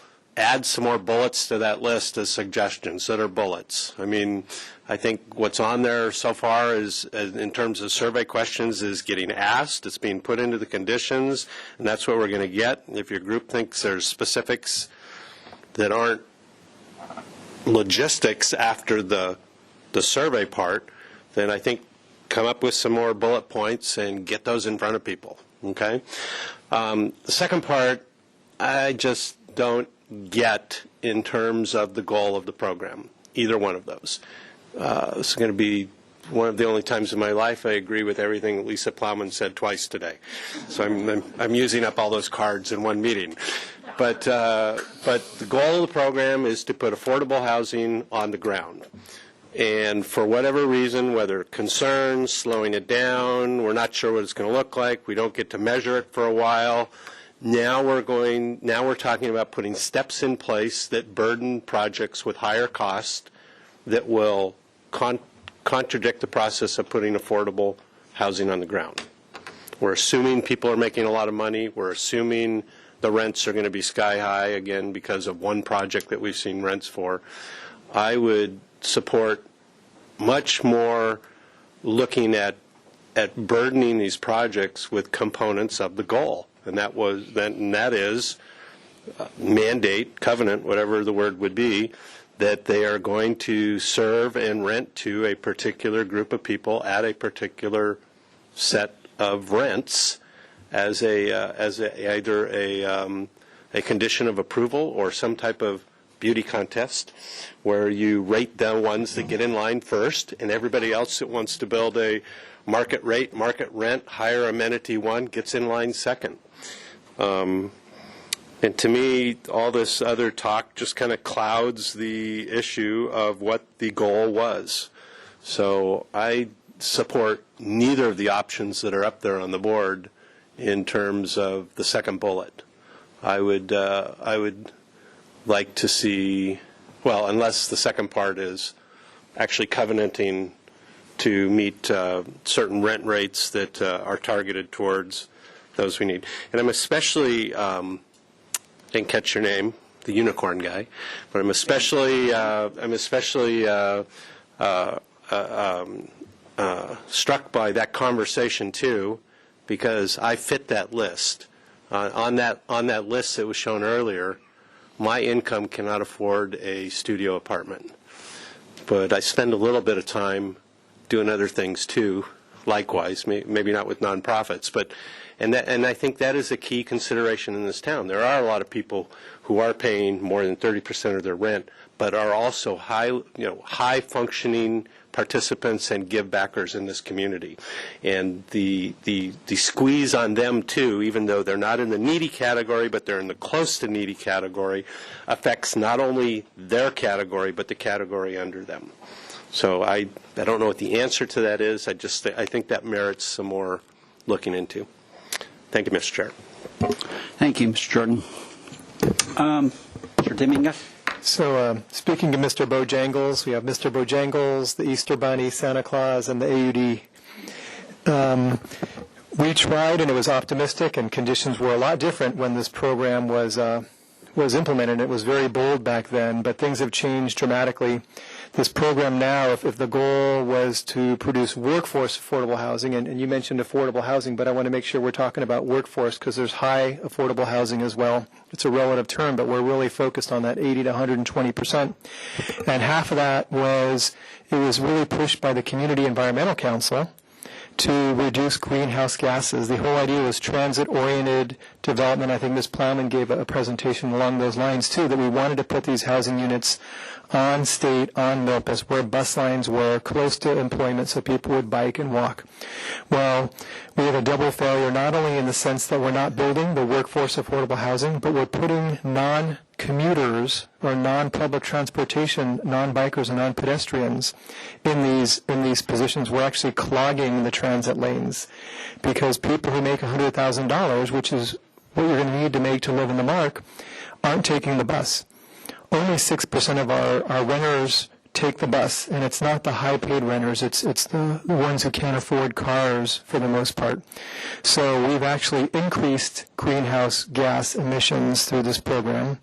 We've actually decreased, and someone asked David, you gave a very long slideshow, but at the end of the day, if we're only looking at 4 units being added, and I came up with 100 units being conservative with 15 being added in terms of demand, or 75 added and then 15 being demolished, and Ms. Scott came up with 280. We're in the negative as far as I can tell. Do you have anything that contradicts those numbers? So we're actually in the negative in terms of what we were supposed to create, and the goal from the state was 1,521. So we've gone the wrong direction. So the solution sounds like everyone or a lot of people here agree inclusionary housing would be one of the primary solutions, and what we need to do in order to get there because of the Palmer decision is have the Nexus study and be able to put fees into the system. Again, this is if people want to see workforce affordable housing. The fundamental paradox is we're trying to do a market-based affordable housing program in the most expensive land on the Central Coast, and that's our urban infill. The latest stat I saw shows that urban infill land, so downtown, goes at a 66% premium. So we're taking our most expensive real estate and trying to make it affordable housing. It just doesn't make sense. So one of the things we'll look at when we're looking at inclusionary housing is the option for developers to build some of the inclusionary off-site, and that's been successful in the Bay Area. It comes with different costs, but it's something we can look at because it would add more units. So another thing is the impact on the residents who are displaced. We haven't talked about the people who actually have to leave the city, and those people, maybe get overlooked because they're no longer our voters after they're given their pink slips and they leave the city. But there are studies that look at credit histories, credit reporting of individuals in areas like the east side and the west side, where this some people call it gentrification, but it's a loaded term. But it helps you understand when we're kicking out our workforce and bringing in higher paid professionals. What happens to the people who leave the area is their credit reporting scores actually drop by about a dozen points. And the people who stay in the area, if they're lower income, their credit scores go up a little bit. And there's a hypothesis that because they're able to stay, they actually have some healthier economic habits or better jobs. And then people at the middle and higher incomes, their credit scores go up significantly as well. But the people who leave and get displaced, their credit ratings drop, which show a tough economic time for them. In terms of, Mr. Roma mentioned education outcomes, housing is very significantly tied to education and public health outcomes. So this is another reason we really need to be diligent here. So what is the path at this point in terms of the Nexus study? Does it need to come back to council? Is this something that staff can do as a matter of its own initiative, or do you want the council members to write a memo and get it on our agenda? What's the fastest path if this task force wants to push fast? Councilmember Dominguez, the path forward that's anticipated by staff at this point is to get an RFP on the street and to get responses to the RFP, and then we'll be taking that directly to the City Council for approval when we've selected a vendor and have a cost estimate for the project. And then as we get into those studies, it would be, as indicated by the slide that showed stakeholder input, the task force would be intimately involved in the development of those studies. What's the timeline for the RFP for the Nexus study? I believe we can produce an RFP in the next couple of weeks. The response time typically is another couple of weeks to 30 days because we're, as you saw before, we're asking quite a bit.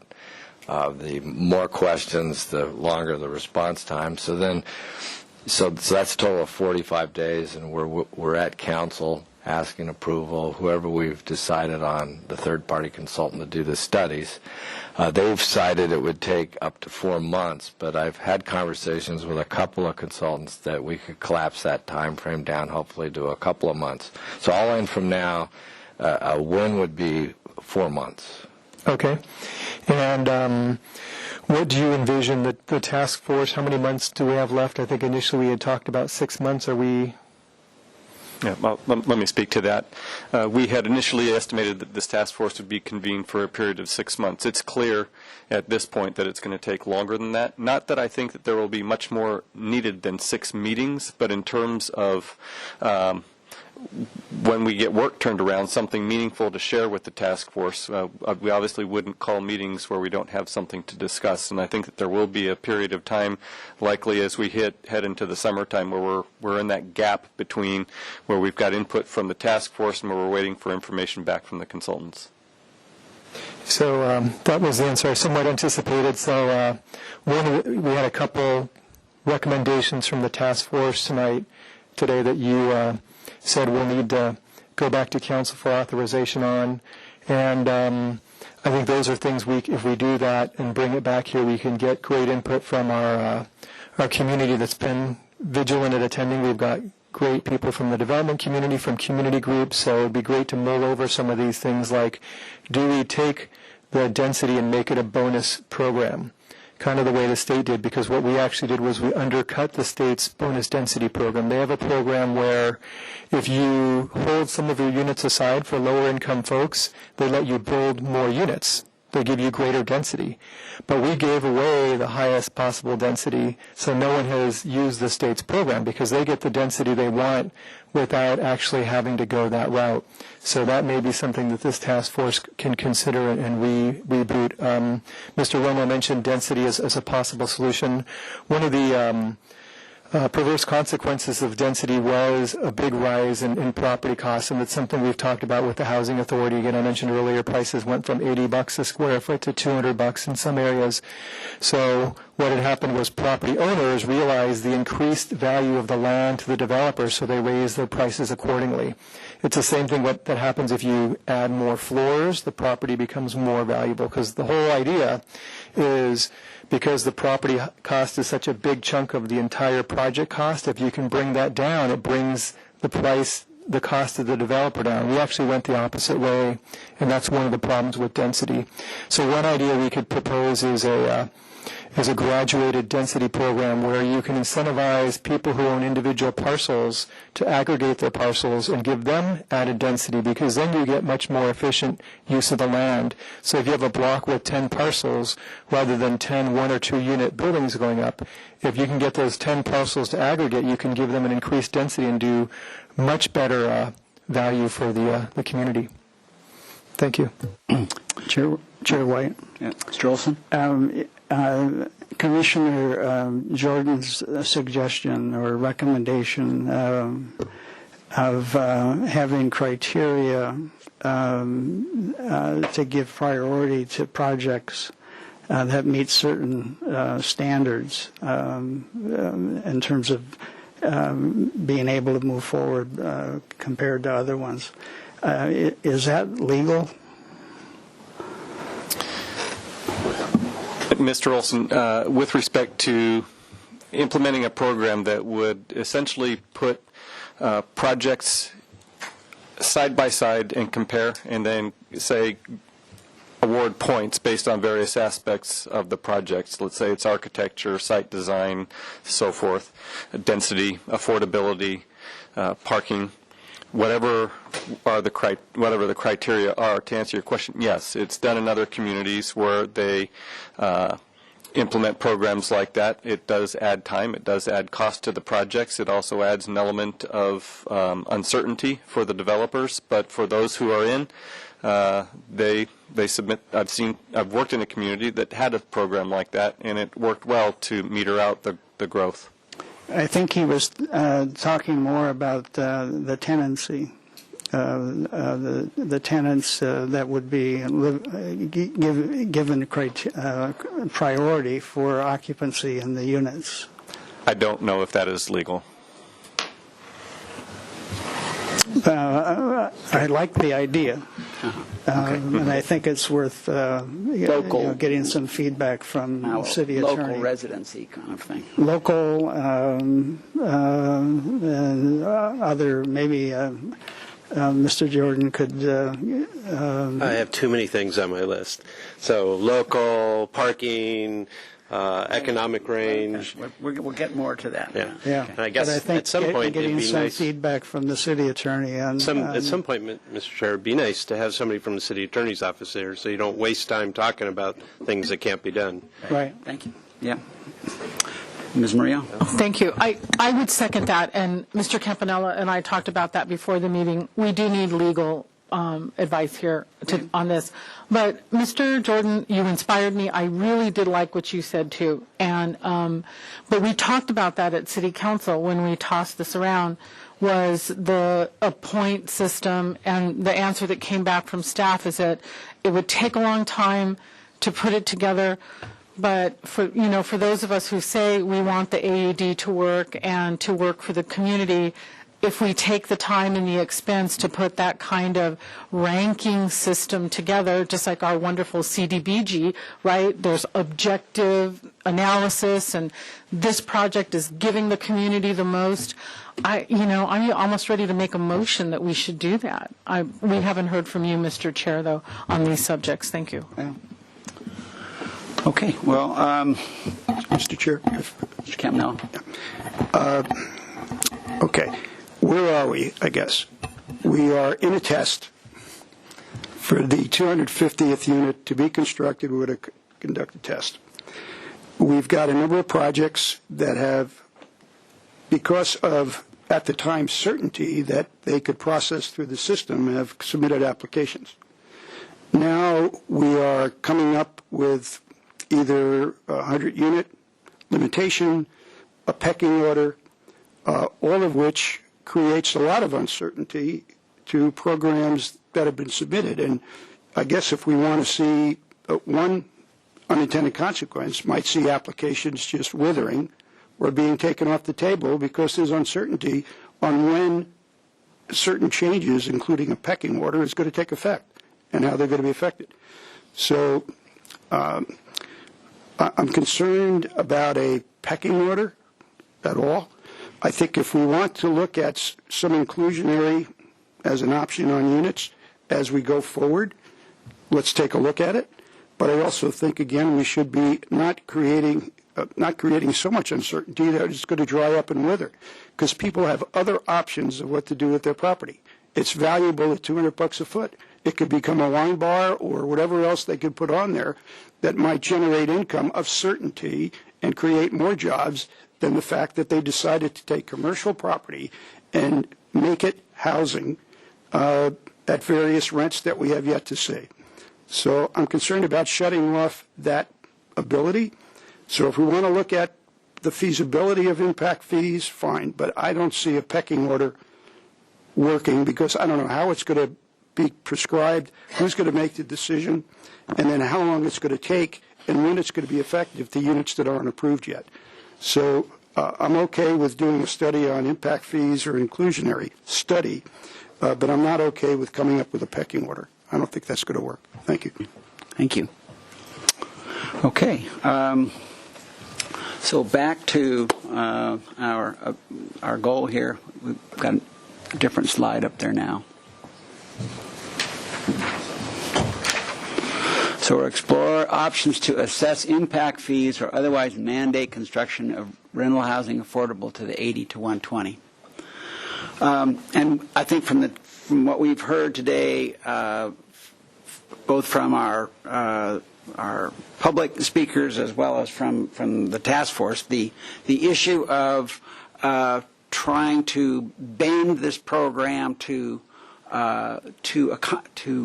head towards our objective of providing the 80 to 120, or at least one key objective of providing 80 to 120% housing, comes down to at least the one piece that Mr. Jordan objected to some elements of charging fees. And there was the resistance about charging fees, but there seemed to be the notion of mandating affordability seemed to be, am I correct to say that was okay with you to mandate the affordability, but the fee was objectionable? Would that be a fair characterization of what you said? Okay. To me, those two are sort of part of the same bucket. Whether they're both additional costs to the developer, whether it's mandating an affordable unit or charging a fee, those seem to me to be cousins.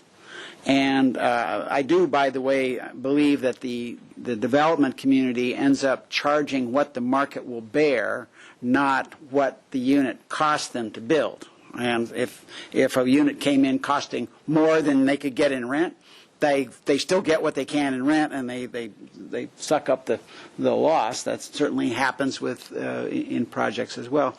So that's the demand pull is what drives the price of rent, not just what the project costs to build. I like, and by the way, I don't know whether all of you saw Mickey Flack's memo on, what does she call it, tweaks to the ordinance which would address public concerns. To me, it reads as part of this, Mr. Jordan and I talked about this previously, the beauty contest, the scoring of units is one way that Mr. Buell and I have talked about this. This is the term used in other communities for developing rental housing, getting some kind of competition going for who gets to move forward. I think that whole element warrants a conversation here. Just that topic alone. What of it is feasible? What of it we'd have an attorney here or one of our attorneys here to tell us what we can and cannot do, and have staff guide us on what some of the options are for that, the beauty contest, the scoring, such like. I think that's one of those areas where if this group could come up with something that worked for us, I think that would help the AUD in general. I want to also hearken back to the sort of, to me, there are two big pieces to AUD where the struggle is.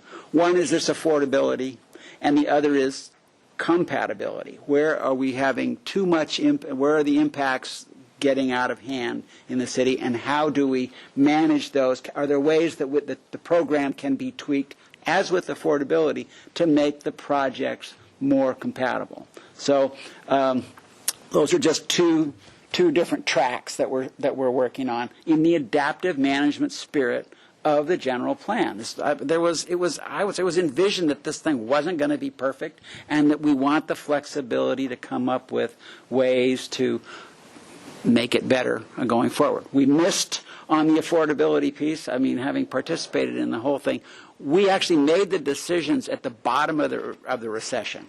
That's when this thing came down, and it's one of the reasons, and probably for one of the rare times in Santa Barbara history, the vacancy rate was probably at 7% or something like that for that week.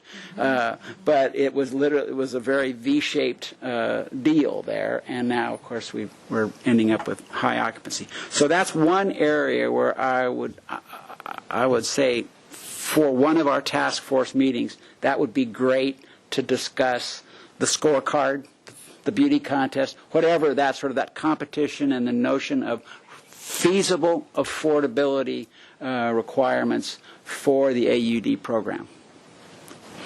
So, but going forward, there's no decision on this today, but that's one piece. Just this coming to this notion. Does anybody? I don't imagine there isn't opposition to that, and that we would have that as a discussion item going forward.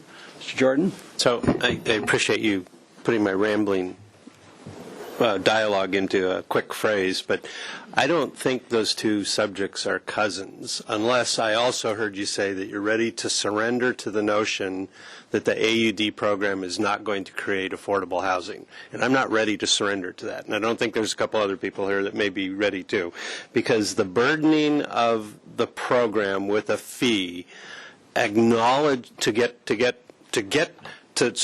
put inclusionary housing burdens on an AUD program is to surrender to the notion that the other part of that project is not going to meet the goals that you originally set out to do.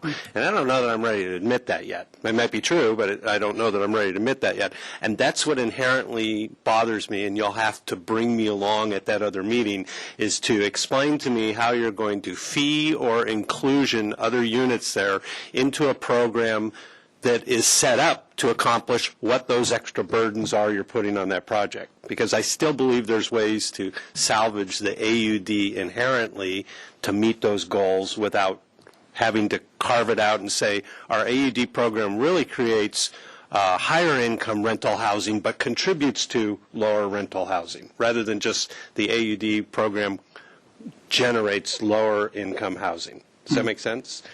So, but I would support another meeting on that. I guess that's where I'm Working going. on that. Okay. Yeah, I didn't. We'll have a deeper White? conversation So- offline.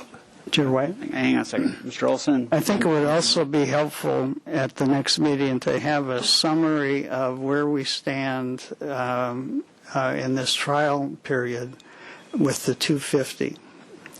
How many projects, where are we with the 250?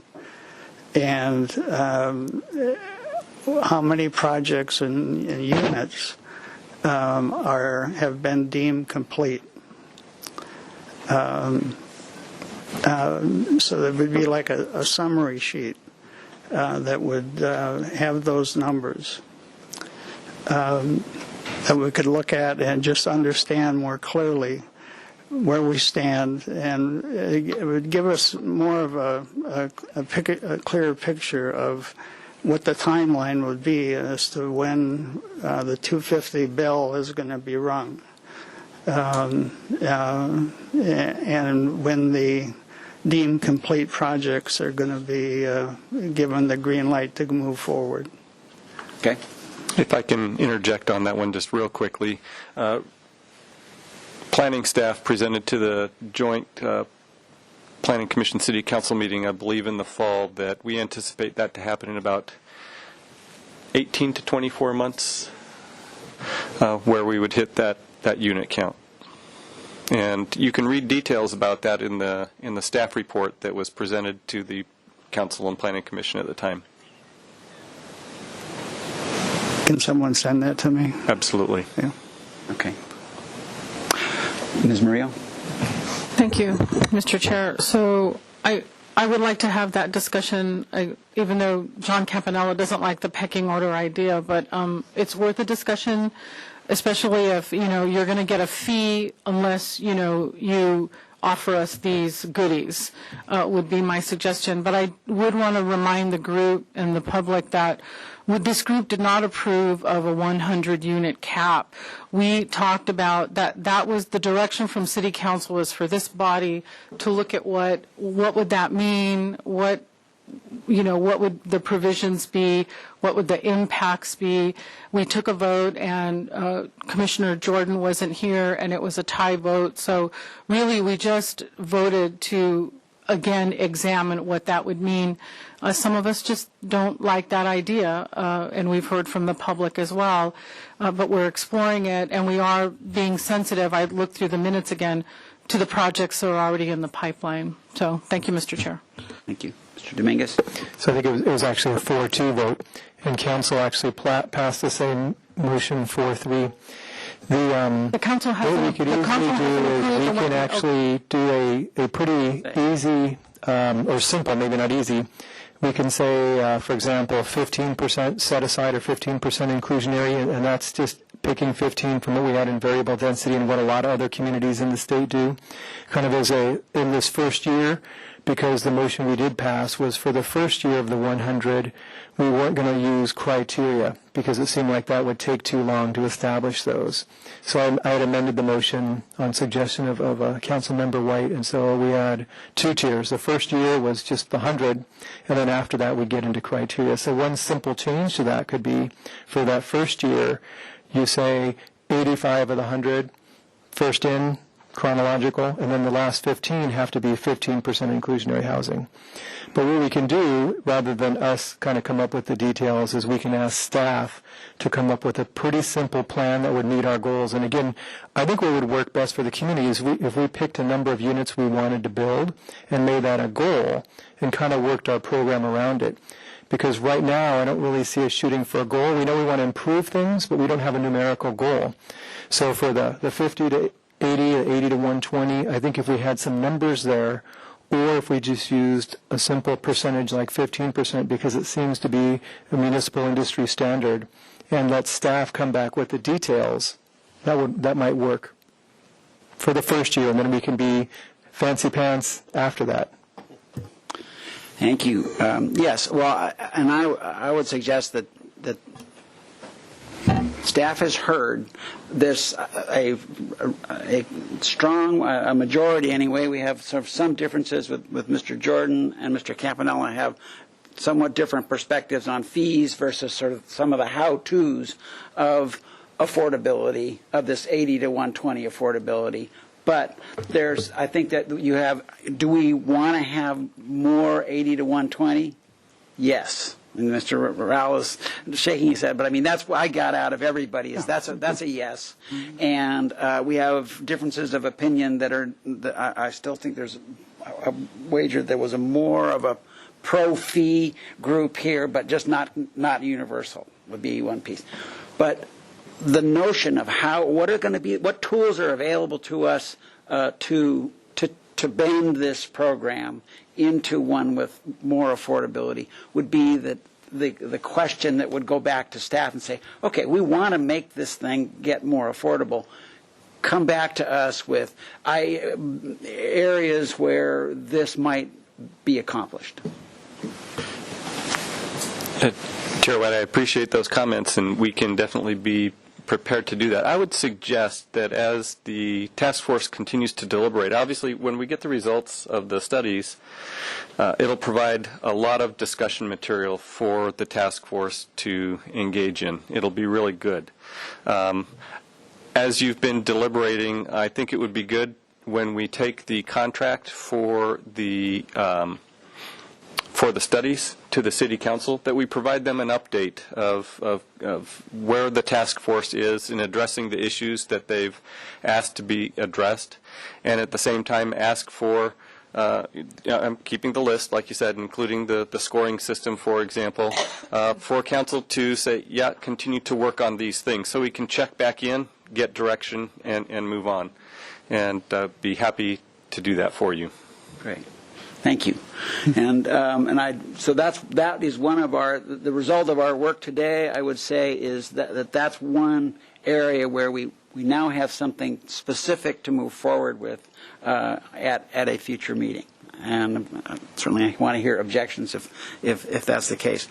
I want to throw out there, perhaps just for discussion another time, or for thoughts to emerge and then further conversation, is we have these various tasks ahead of us of this. Affordability is one piece and compatibility is another. And what elements can we chew on that are going to could make this program more compatible? And the pieces we've talked about so far have been parking. We've got the 2 space for 3 bedrooms going forward at this point. Is there more in the parking arena that we want to look at? Another area which Ms. Lodge, I think, was the first one to raise this a long time ago, is geography. It's just, are there areas where there are hot spots in this where we're running into like more resistance than is worth the whatever units we're getting out of it? Also, are we missing something? And the missing is the whole of the donut, as it were, that the downtown, there are areas where this program is not eligible. And is there a trade-off to be made there? Are there opportunities where maybe this thing gets sucked in a little bit and gets worked on? So those are areas that I'm thinking could be topics of conversation here.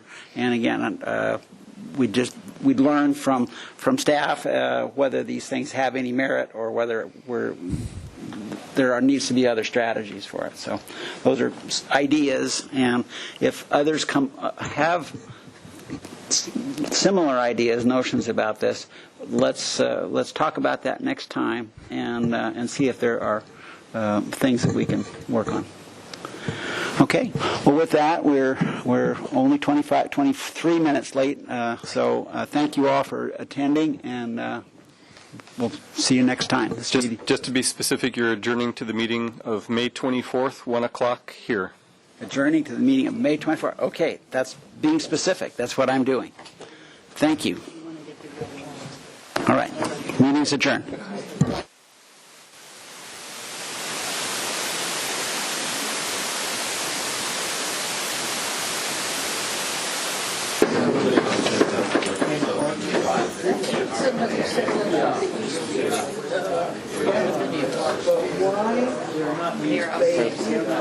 Good.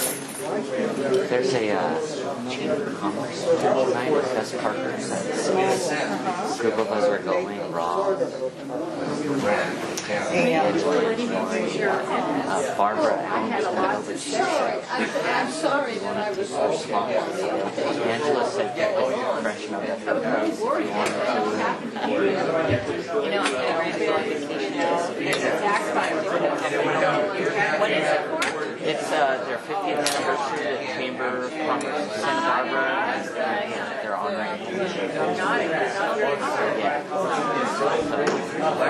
6 o'clock. I want to thank you for returning those things. They got picked up accidentally with a bunch of stuff, and I discovered I was hoarding them. Well, I'm glad that you were able